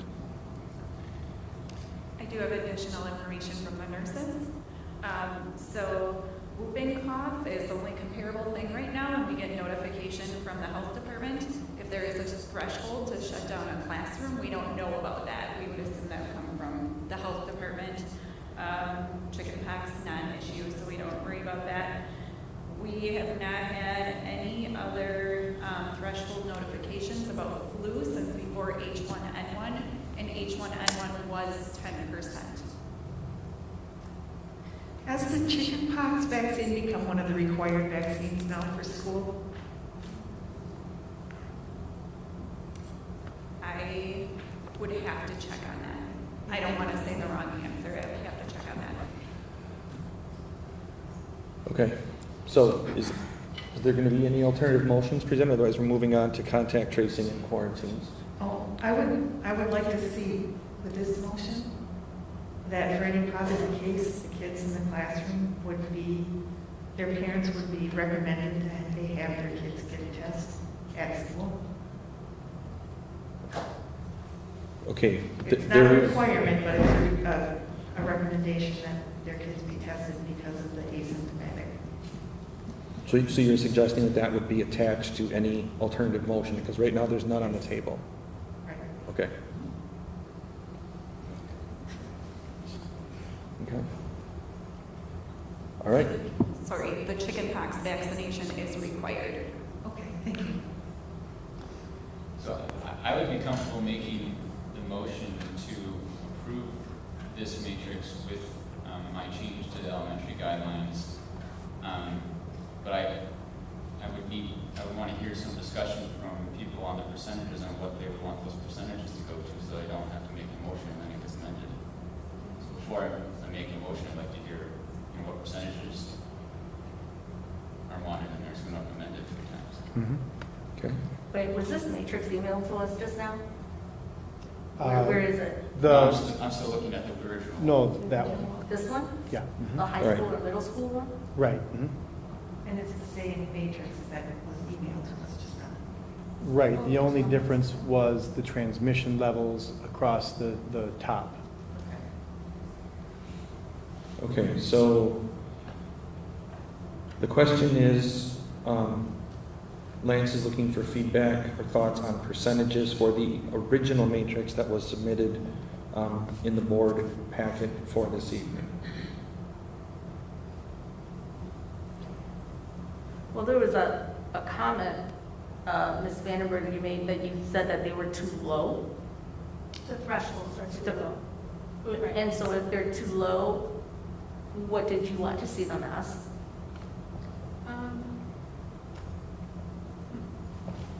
Well, I guess when I was thinking it through over the weekend and looking at it, I kind of was interested to know about what our previous thresholds were before. If H1N1 suggested it was 10%, and what was the move?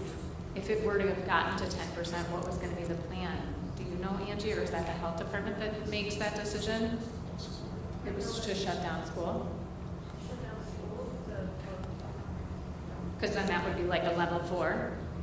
So an outbreak that would shut down a school would have to be epidemiologically linked to transmission within that school, and then we would, ideally, I would like to take a collaborative approach again. So I would be working with potentially Dr. Hills and his staff to determine how we could best, sometimes it's not the whole school that needs to be shut down. Right. Yeah, no, but our level 4 for secondary isn't to close school, it's to implement masks. Right. So, right, so that's why I think that 10% is informative, but that's for closing the school, and there isn't even closing school isn't even on here. Okay.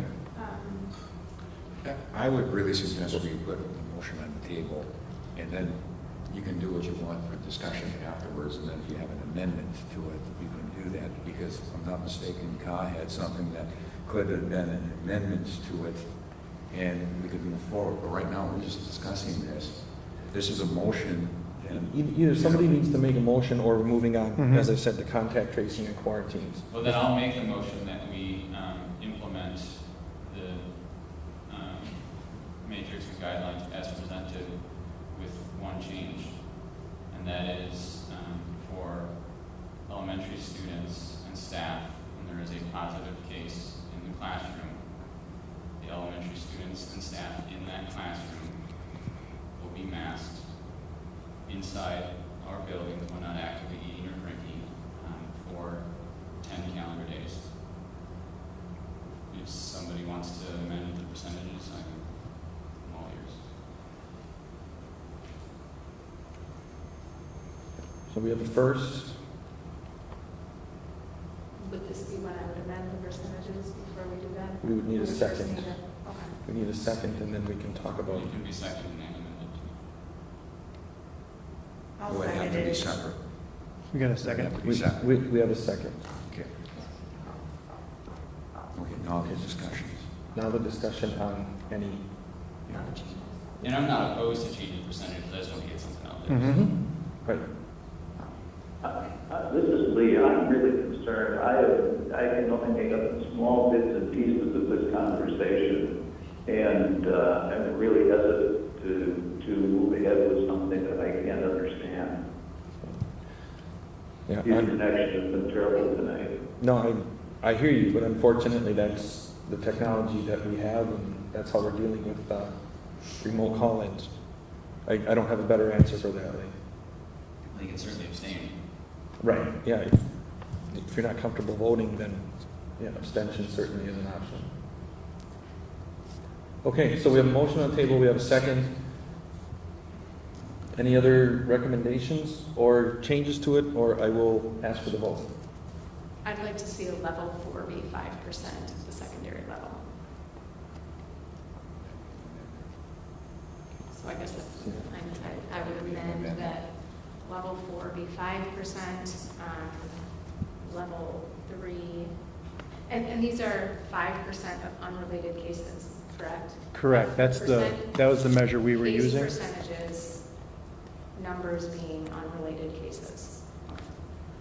So, yeah, I would say level 4 at 5%.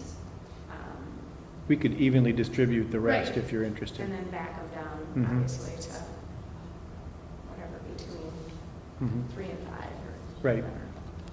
So that would be the amendment to the motion that's on the floor right now. Mhm. And then we'd have to vote on the amendment, and then we'd have to go to the motion. So what would those percentages be? 5%? Roughly 3, 2, 1. You know, we could even them out a little bit more, make it a 3.2, right? You know, we could just divide it by 3, and so 5/3. So 3% for level 4? No, 2%, 5% for 4, level 4? 3 for 3, 2 for 1, or 2 for 2, 1 for 1. Would that be agreeable? 5. 5 at the top. 5% or greater of unrelated cases would be level 4. Did I understand that correctly? Yep, I would agree with that. Okay. Pardon me? So we would So just make a All second. right, so we have the amendment to the original motion is to increase the percentages to level 4 being 5%, level 3 being 4, level 2 being 3, and anything below that would be a level 1. Whatever the- Yeah. I can't. Guys, I said with Lee, I can't hear anything, and we have another board meeting coming up on the 27th. I would, move the table of discussion so that we can actually take a look at these numbers. We've had a very good discussion tonight, Without them. some very good things brought forward by the administration. Let's take a meeting that we have coming up in the very near future. We've had some good questions, of the administration, bring back some additional data, and the health department. I can't hear the percentages that you guys are throwing around. I know that it's, it is a issue of technology, but Right. I'll second that. Well, hold on a second. So we have an amendment on the table with a second, okay? Yeah. So we need to vote on the amendment first. Okay. Well, there's a motion to table it, so we need to vote on whether we. Well, it hasn't been a motion in a second. Yeah. I think these John- two are making a motion. John is John making made a the John and motion and Lee. Lee seconded it.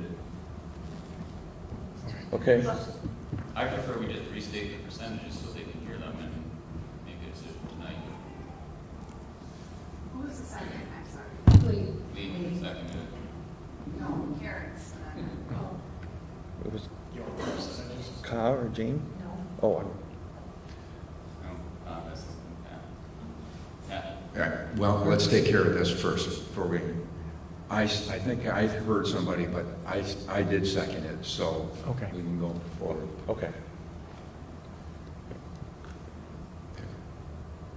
Couple of things. I heard earlier that there was a percentage that was high enough to warrant level 2 or level 3. I just want everybody to know that all of the secondary schools are below 0.5 right now. Our last reading we took was last Thursday. They're at 0.4, 0.2, 0.23, 0.11. So they're all comfortably in what was presented as the top band.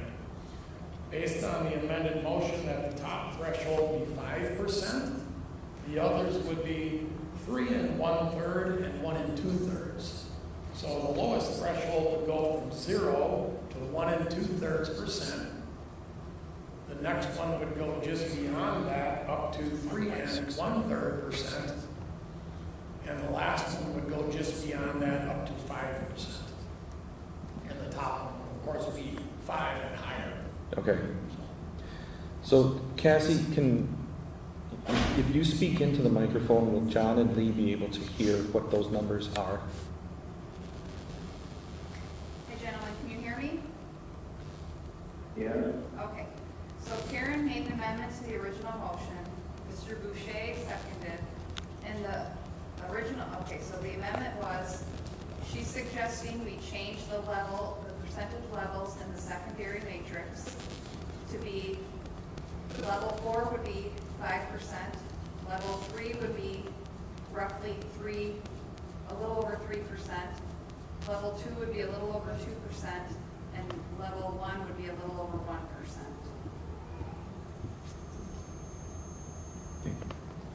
Is that a increase or a decrease from what was originally presented? An increase from what was originally presented. It's an increase of about threefold on About average. 3 times as much, threefold.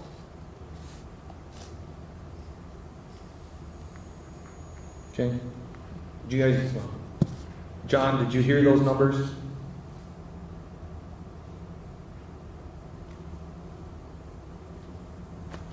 I don't think he's with us. All right. Okay, so now we have the numbers. We have the first and second on Karen's amendment. We have, And then there was a motion to table, so we have to deal with that motion first before we go to the amendment, and then we take care of the original motion. okay, so we have a first and a second. First from John, second from Lee, to table this discussion until next week. All- Wait, but Karen's amendment came first, so don't we Okay, vote yeah. on the amendment first? Did you get disconnected, John? Yeah, it's not the call. Okay, let me try to. So, I think we have to honor their request to table first before we can continue discussion. Well, The first amendment fails, then Lance, John, I'm gonna have to call you back. we deal This with number, the because you can't join the tabling motion call. first? I have to call you. We should say Okay. they don't want to table it because Yeah. Yeah, that's got to be All in right. that order. So, Mr. Boucher is local parliamentarian. I believe this is Cassie. John got disconnected, so I'm gonna reconnect him, okay? Okay.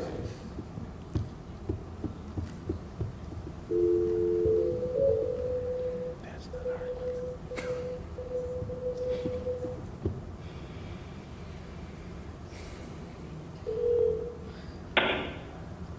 Hi, John, hold on. Okay, John, are you both on again? I am, yes. Okay. You want me to reread the The amendment? percentages. No, First of all, we're going to take a vote on whether or not to table this discussion. Then you can make sure that they heard the percentages. So we have a first and a second on tabling this discussion until next week, September 27th meeting. All those in favor of tabling, please say aye. Aye. Aye. All those opposed, please say no. No. Tabling motion fails, 2-7. So now we're going to deal with Karen's amended motion that includes the new percentages for each of the 4 levels. John and Lee, Cassie's going to read you the percentages again. Please. Okay, Karen is suggesting that we increase the percentages at the secondary level. Level 4 would be, level 1 would be 0 to 1.66%. Level 2 would be 1.69 to 3.3%. Level 3 would be 3.36 to 4.99. And level 5 would be, or Yep. level 4 would be 5%. And above. And above. Okay. clarification. Yeah. Clarification, are we not going to include community transmission, so it's really just a single lane? That was my understanding. Okay, just want to clarify. Thank you. On the original one? Lance? that's not. Okay. So it's a single lane based purely on percentages. Well, we should do it right. So I didn't include it in my original motion. So after we vote on Karen's amendment, Pat, if you would like to make the amendment to use a single lane, we can do that. Okay. So let's do it right. Can I get clarification on this motion? If this is requiring, is it just elementary kids to be math? No, Is contact tracing? no, this amendment is just on increasing the percentages in the matrix for secondary students. I would request a roll call vote. Just clarification, though. It does, oh, this is just the modification, It's just right? the amendment. The amendment. Right. Thank you. Right. All right. Gotcha. Okay, so we have a roll. Understand, John? Yeah, and then we have to vote on the motion that last put forward. Nope, we're just doing the amendment right now, just about the percentages. Okay. Okay, there's been a request for a roll call vote. Okay, John Creasure, No. Kyle Lowe, No. Cody Nicolai, Yes. Jane Rush, No. Lance Trollope, Yes. Karen Vandenberg, Yes. Lee Webster, Yeah. Jim Boucher, Yes. Pat McKee. Yes. Okay, so that that amendment to the original motion passes using the increased percentages. And you make his amendment if you want. Pardon? No, if you would like to make your amendment. Yes, I would offer an amendment to Lance's original that the administration only consider the percentages that were just passed, and we do not take into consideration community transmission level. So I make a first on that. Karen has seconded. So essentially, if we're looking at this matrix here, everything would just be as it is underneath the high one. Just, would it be level 1, 2, 3, 4, and we don't adjust for community transmission? Correct. Correct. I guess it would look like the elementary draft, right? We just have percentages Yep. for the 4 secondary schools, right? Yep. Okay. Okay, so there's a first and a second. I would request a roll call vote. Cassie, a roll call vote on that, please. So this is a roll call vote on the amendment to the original motion that we do not consider community spread along the top. Correct. Everything's level 1, 2, 3, 4, based on percentages alone. 7-day average. Mm-hmm. Yes. Right. I mean, Same measure. The result of the amendment is that we will stick with how we would treat it as though the community transmission was high. Correct. So in other words, voting against this amendment would mean that you're in favor of reducing the mitigation efforts. Just to be clear.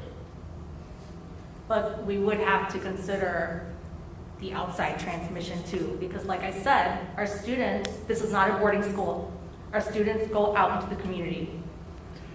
And Do you Mr. understand? Chalob's suggestion is that we're going to just assume we're in the highest transmission category, so it does consider the community.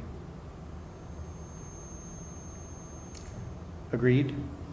Right, that's what the result of this amendment would do. It would treat it as though just level 1, 2, 3, 4, which as originally presented was the high community transmission. So in other words, we're not going to change it for low or moderate substantial, although of course we could always come back here again someday in the future if we get to that point and change it. But Right, and the reason that I suggested that is when you look at the levels that determine the highs for the county transmission, they are relatively low to begin with, so I didn't think it was doing any harm. Let me just second it so we can continue the discussion. Okay, second it. we did over. No, we did. Karen did. Okay, roll call vote. Kyle Lowe, No. Cody Nicolai, Yes. Jane Rush, Yes. Lance Trollope, Yes. Karen Vandenberg, Yes. Lee Webster, Yeah. Jim Boucher, Yes. John Creasure, Yes. Pat McKee. Yes, That passes. that motion carries.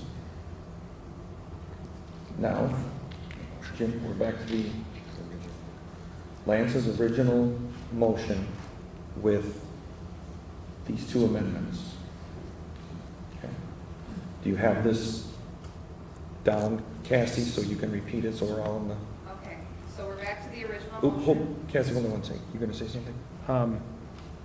Lance, I'm just clarifying in your proposal, are we sticking with, because you talked about elementary as well, are we sticking with the number of unrelated positive cases as 1, 2, 3, 4? As he said it, but I think that still needs to be up for discussion probably too, before we vote. I didn't change that. I changed only when there is a positive case in the elementary school. No mask. The students in that class must be masked for the next 10 days. Right. That's their quarantine time. We're not going to require them to be quarantined. We're not going to tell them they can't come to school, but they need to wear a mask for those 10 days. Okay, thank you. And just a clarifying question, what if they, when we have testing available, what if they have a negative test?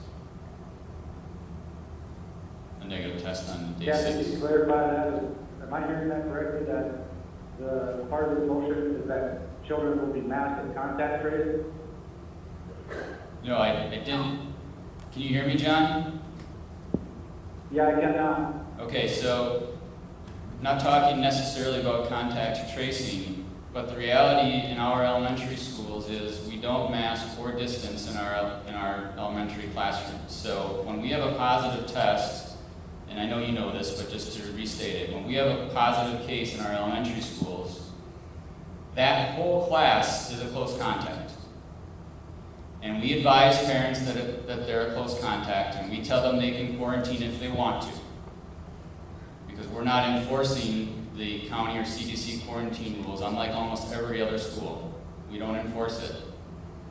So when I made my motion, it included requiring those students and staff to wear a mask for 10 days following that exposure. That would be essentially their quarantine period. Why would we do that if the spread and, the case happened, and even if we were quarantining, this is the data that was presented last year, that all of the close contact quarantines, nearly over 99% of them, never tested positive, they were never sick. Those are bad quarantines. Right, now You're remember... not talking about necessarily quarantining, but you're also talking about putting masks on kids for, in my opinion, no reason. Quarantine the case. Remember now, last year, the numbers you're referring to from last year, you're referring to a situation where our classrooms were distant and masked. So they were 6 feet for most of the year, 3 feet towards the end, and wearing masks. So I don't think the numbers from last year are very accurate. What I will say, to argue against my own motion in a little bit of a way, because I can't help myself sometimes, is that this year, the times that we've had positive tests, we haven't seen giant spread within our classrooms. So you should argue with me about this year's numbers. That would be a better support. And because of that, I am on board with not quarantining those students. I would not have been at the beginning of the year. If we had discussed quarantines at the beginning of the year, I would have said we need to quarantine elementary students that are close contacts just to be safe, and let's see what happens in other districts. And I maybe would have been wrong, or at least, overly cautious, because we've seen this year we haven't had massive spread. So, that did make me pause in considering whether to add that part to my motion. But considering all the other districts don't even let those kids in their buildings, I think Mosinee does, but I think everybody else does not. It's pretty reasonable. It's pretty reasonable, and I think that it will encourage parents to send their children to school when there is a positive test if they know that the classroom of children who were potentially exposed to that positive test will be masked. We have some voluntary quarantines happening right now that I think will be reduced if they know that the classroom will be masked. And having more kids in school more often is much more important to me than whether they need to wear a mask for 10 days.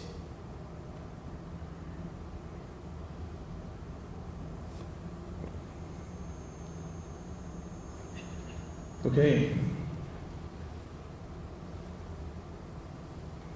I'm just looking for.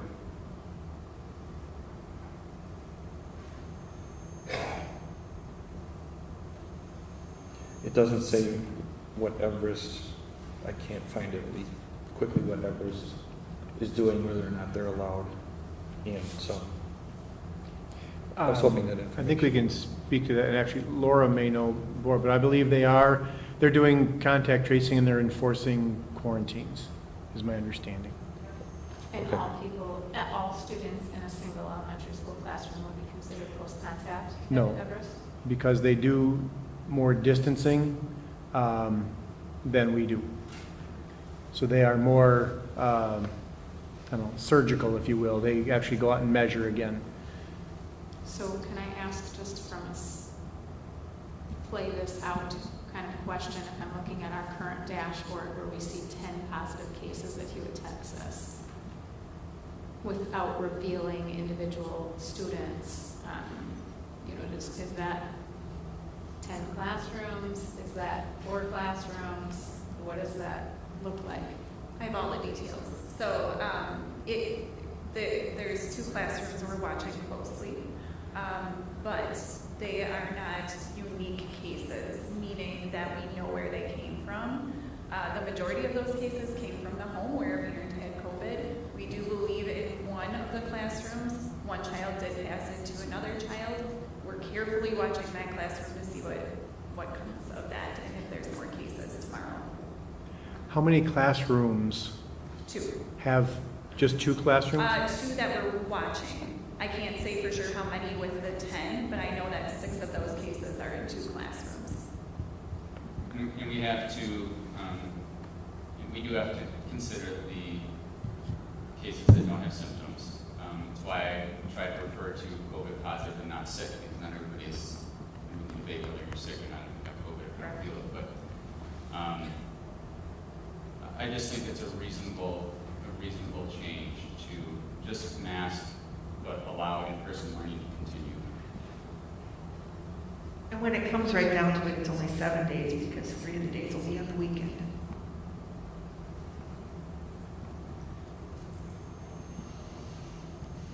Okay. What is that? Can I ask another quick question? What does that look like in Montessori, where multi-age, I mean, do they operate with classrooms like that, or are they they do? Okay, I haven't been in there. Okay, so those would be isolated classrooms. So the one case that is up on our dashboard here would be. Yeah, the one, I guess, more freedom that we've given this year is in the lunchrooms, the kids are sitting by grade levels. We would probably have to restrict that then to classrooms. If we're doing classroom mitigations. And as Dr. Hill said, outside is outside. We're not worried about recess. The kids can still play with their friends. But in the lunchroom is where we'd have to look at maybe restricting that a little bit more and putting them by classroom rather than by grade level. Well, if there's a positive case in the elementary schools in the classroom, don't you think it makes sense to separate them by classroom? Correct, but we weren't. Right. We were trying to get, more back to where we were. So we did have the grade levels. 4th grade got to sit with other 4th grade class and try to get them back there, but we'll have to put them back with their classrooms at lunch. Okay. So we have, Can I amend this motion to remove the masking contingency part of it? You can make that motion. I'll make a motion to amend and remove the masking contingency.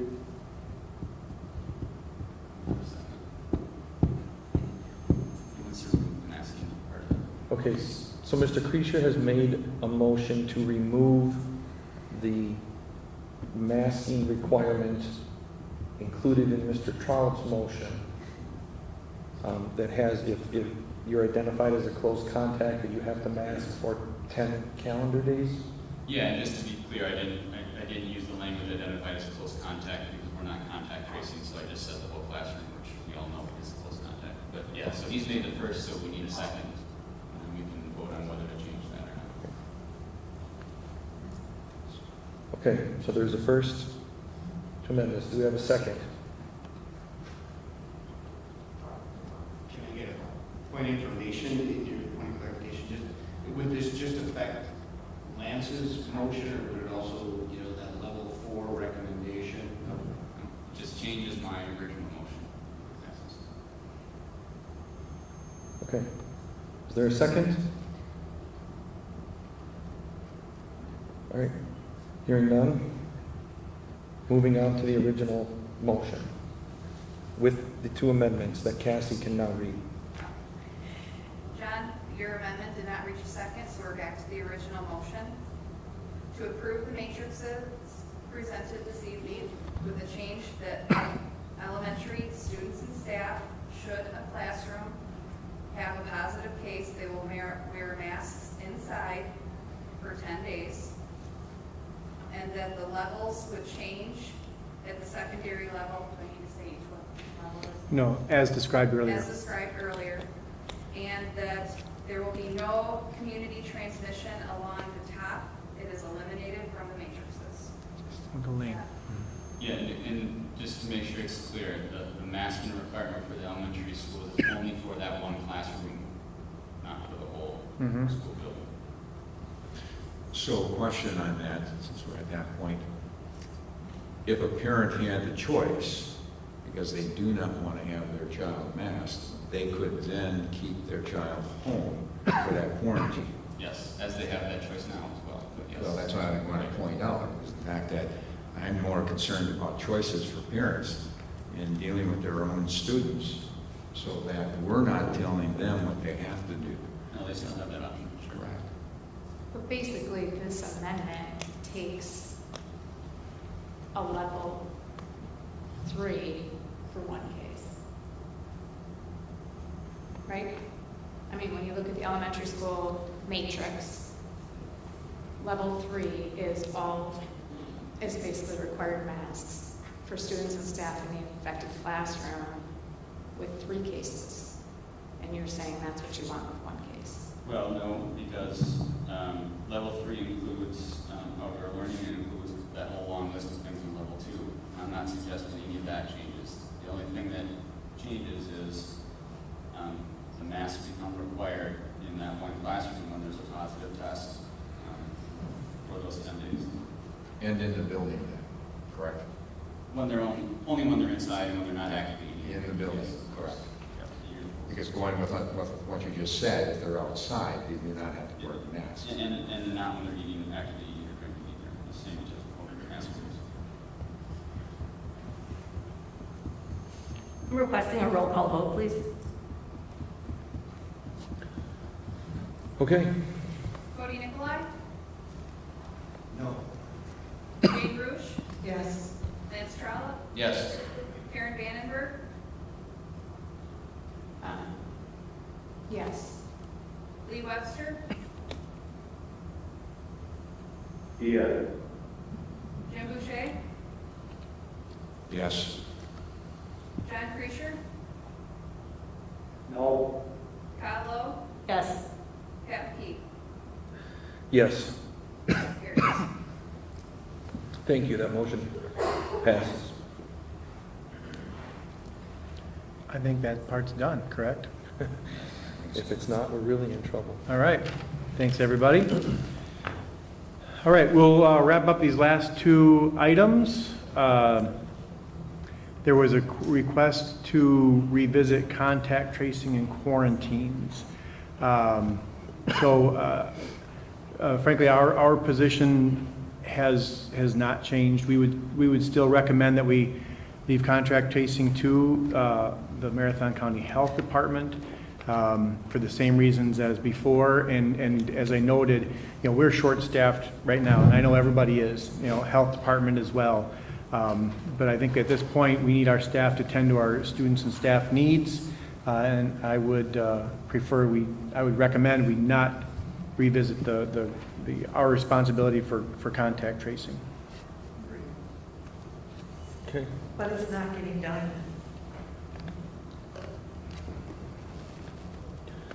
Understood. Yeah, it is a big challenge. So is teaching 8,000 students and taking care of them and staff. So, no offense. It's sort of getting done in the elementary schools in the sense that in the elementary schools, you're notified if there was a positive case in your child's classroom. We might not call it contact tracing, but we're telling the parents there's a positive case in your child's classroom. It's really the secondary, which would be the hard one, where you're trying to figure out every person they came in contact. I mean, it takes investigation, it takes talking to them, it takes them figuring out the person they talked to, and it's not just the room. Could we do, I don't know how we do this without identifying a student. On our dashboard, could we say a student in, mods 3, 4, and 5, English Monday, Wednesday, Friday, was found positive, ask your student if they have that class? I just think there's got to be some way for parents and families to know. Before we revisit the secondary, the motion that was just passed on the matrix kind of gets to the contact tracing and the quarantining aspect, because when there's a positive case, we're going to mask, or the families have the option to quarantine, and they'll be notified of that relatively quickly because we do that notification. So I think we've achieved the interest of contact tracing and quarantining at the elementary level through that motion. At the secondary, I don't have do you have a suggestion on that, Ms. Gundrum? Or is you? I have two things. One, with regard to the student notifications, those letters are being provided to classrooms that the children were in, and I believe that's happening at the secondary level too. But I am aware that at least in one case, just today, I was contacted because a child was positive. The mother actually called one of our staff members to say, my child is positive, you were one of their teachers, I'm letting you know that you had an exposure. So there is contact tracing happening. I understand it's probably not to the same level that you're looking for, Jane. From a staff member standpoint, when they are positive, they've got enough information on the county that many of them have started to make contacts on their own for their contact tracing prior to even hearing back from the county. So there's quite a bit of communication that is happening, and I understand that that may not be what you're asking for, Jane, but I did want to provide that clarification because I know I see it happening and I hear about it happening on a pretty regular basis. Okay. I also want to point out that the whole contact tracing, this is not a Wausau School District against Marathon County Health Department or vice versa. Everybody is doing their best to accommodate all of this stuff given the unusual circumstances, staffing issues, etc. So I've seen various comments floating around, and I just wanted to make sure that we were all on the same page. This is a partnership. This isn't a finger-pointing exercise. So is there a motion regarding anything having to do with contact tracing? Well, I made the original motion to have administration do contact tracing in cooperation with the Marathon County Health Department. Okay. That was my original motion. But I have a question. Please remind me, maybe Ms. Lloyd here can remind me, what did we do last year? Because we did get into the same situation that we are in now, where the health department couldn't keep up with contact tracing, and our staff here at U couldn't keep up with it either. What did we do last year? We were 24/7. Mm-hmm. That's the only answer I can give you. Okay. So I just wanted a reminder of that. So that was my original motion, was to have administration do contact tracing in cooperation with the Marathon County Health Department. Okay. And so that's my motion. Okay. There's a motion, a first, that administration do contact tracing in cooperation with the Marathon County Health Department. Is there a second? Second. First and a second. All those in favor? I would like a roll call vote, please.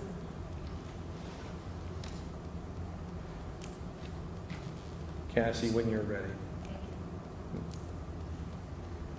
Jane Rush, Yes. Lance Strala, No. Karen Vandenberg, No. Lee Webster, No. Jim Boucher, No. John Creasure, No. Kyle Lowe, Yes. Cody Nicolai, No. Kevin Key. No? That fails. Okay. And the third item was virtual school at the, virtual options at the elementary level. And I would ask, I didn't get a lot of direction on that position or that topic, so I just kind of restated our position that we have WAVE available to students in grades K-12. We, again, would not recommend reassigning students to virtual classes or hiring additional virtual teachers at this stage. And I don't know if that was even the interest, but so I guess if people have a proposal or something they want to discuss, we could certainly respond to it. Right, again, Ms. Lowell, I believe you had the original I did. item on here. Yes, so I did make the original motion to add virtual option to elementary school. But I want to amend it to include middle school as well, because 12-year-olds do go up to 7th grade. So I would like to amend my motion to include middle schools. So adding virtual option to elementary and middle schools. Virtual option in addition to WAVE? I'm sorry? A virtual option in addition to the WAVE virtual option that we already offer. Right, because we were told in a presentation, previous presentations, that not everyone can be successful in WAVE. So my thought was what we were doing last year when we had a virtual option, we could do the same thing this year. What is it about, so WAVE is a curriculum that's designed to be taught, I almost said teach. That would have been digital. Designed to be taught virtually by teachers trained to do it virtually. So why do you propose doing more of what we did last year, which is taking curriculum that isn't designed to do that and trying to turn it into what's the genesis for it? Why would we want to add what I would consider to be an inferior option to WAVE? Well, I remember the presentation that we were given by the WAVE principal, I forget her name, but she said that WAVE is not meant for everyone. They go at a faster pace, they go at a very independent pace, and so there are certain students that are very independent that thrive in WAVE, whereas if a student needs a little bit more help, a little bit more instruction, then they wouldn't be successful in WAVE. So if we had one of our teachers teaching a virtual course, then they would be able to help that student along a little bit more than a WAVE instructor would. Okay. So your motion is to include a virtual instruction option at the elementary and middle schools that is an alternative to WAVE. How about if we offered tutors Well, for the kids on WAVE? so, yeah, Con made the motion. You can, if you want to amend it, that's fine. Con made a motion though to add the virtual option for elementary and secondary levels. That's the current motion on the table. We can get to your amendment in a second, if this gets a second. Okay, I'll second it.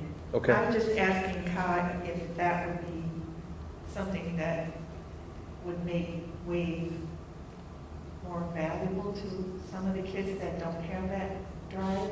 If they had a tutor that only dealt with a few kids at a time instead of, WAVE is kind of, you take the information in and you're on your own. But if you had a tutor that could help you, it would be more like having a classroom teacher that was over your shoulder. Well, that would be a question for Dr. Hills. Would we have the staff for that? So Mrs. Seymour, who's the WAVE principal, is texting me right now, and she says, I would say remote learning was not successful for everyone. We are also talking about adding additional supports for students to offer the bridge for those learners. They also have tutors available for middle and high school, available 24/7. The texts just keep rolling in. We should add, we could explore additional supports for K-5, and kids are never on their own. There you go, right from the principal. And I appreciate what you're suggesting, that tutor aspect, but just knowing from the fact that we've had a hard time finding staff to begin with, substitute teachers, also trying to find people that will come in and tutor is very difficult. I think the fact that we have WAVE, I think is a good position to be in. I'm also concerned for the staff, because the staff then would be doing double work like they were doing last year, and that was really stressful on the staff. So I'm a little concerned about that. I think the whole idea of WAVE, if we had the ability to get tutors and subs and we had that many people out there, it'd be great, but we don't. And I don't want to put more pressure on our staff. You guys understand that. I mean, they had to come forward with a lot of work last year, and I think what we have in place, we need to deal with that. Yeah, but I understand too that some of our subs aren't coming back because they don't want to be in the classroom and be exposed. But if they were tutoring online, then they wouldn't be exposed. So are you suggesting an amendment to Ka's motion? I'm just asking Ka if she would, I would only do it as a friendly motion. Well, now, I mean, having tutors assist with WAVE and adding support, I mean, I'm sure administration is working on trying to fill many positions at this now. I think that's really important. The policy situation, it's more of the administration is trying to fill all kinds of positions right now. Yeah, which we have, we're less successful than we'd like to be. So I don't even know if we could find those positions. It's not a bad idea, and like Mrs. Seymour said, it would be something we could look at. Well, and I'm just saying that, Mhm. that there are substitute teachers that are not subbing this year because of the pandemic, but they might be a pool that we could get to do this, too, whether this passes or not. Okay, so we have Ka's original motion on the table with the first and the second. And if I could just add a little Last commentary. Yeah. So what you're asking for, Ka, is, I mean, there's a lot of questions that go into that. Are we creating new classrooms? Are we asking teachers to do double duty at the request of parents? So I guess I don't quite understand what it is that you're envisioning. Well, we were able to do it last year, so couldn't we do that again? We reassigned all the students in the district last year with great consternation on all parts. That's how we were able to do that. And so that's why I'm asking Okay. again. Okay. Just so we know. Okay. Yes, Mrs. Boucher has called the question, which ends debate on this. We have a first and a second. Let's do a roll call vote on this one. Lance Strauss, No. Karen Vandenberg, No. Lee Webster, No. Jim Boucher, No. John Creasure, No. Kyle Lo, Yes. Cody Nicolai, No. Jane Rush, No. Pat McKee. No. That fails. Motion fails. Which brings us to the end of our agenda. If Cassie could just share that last slide, because I just want to leave a positive message, if it's up, not up there already. We do great appreciation to our staff. They are making this a great year. And so many others, right? Our families are working with us, so our thank you to the health department and others for being partners. And just wanted to end on a positive note. Thank you. Thank you, Mr. McKee. Thank you. Seeking a motion to adjourn. So moved. All in favor? Aye. Opposed? Aye. We are adjourned. Thank you, everyone. Have a good evening.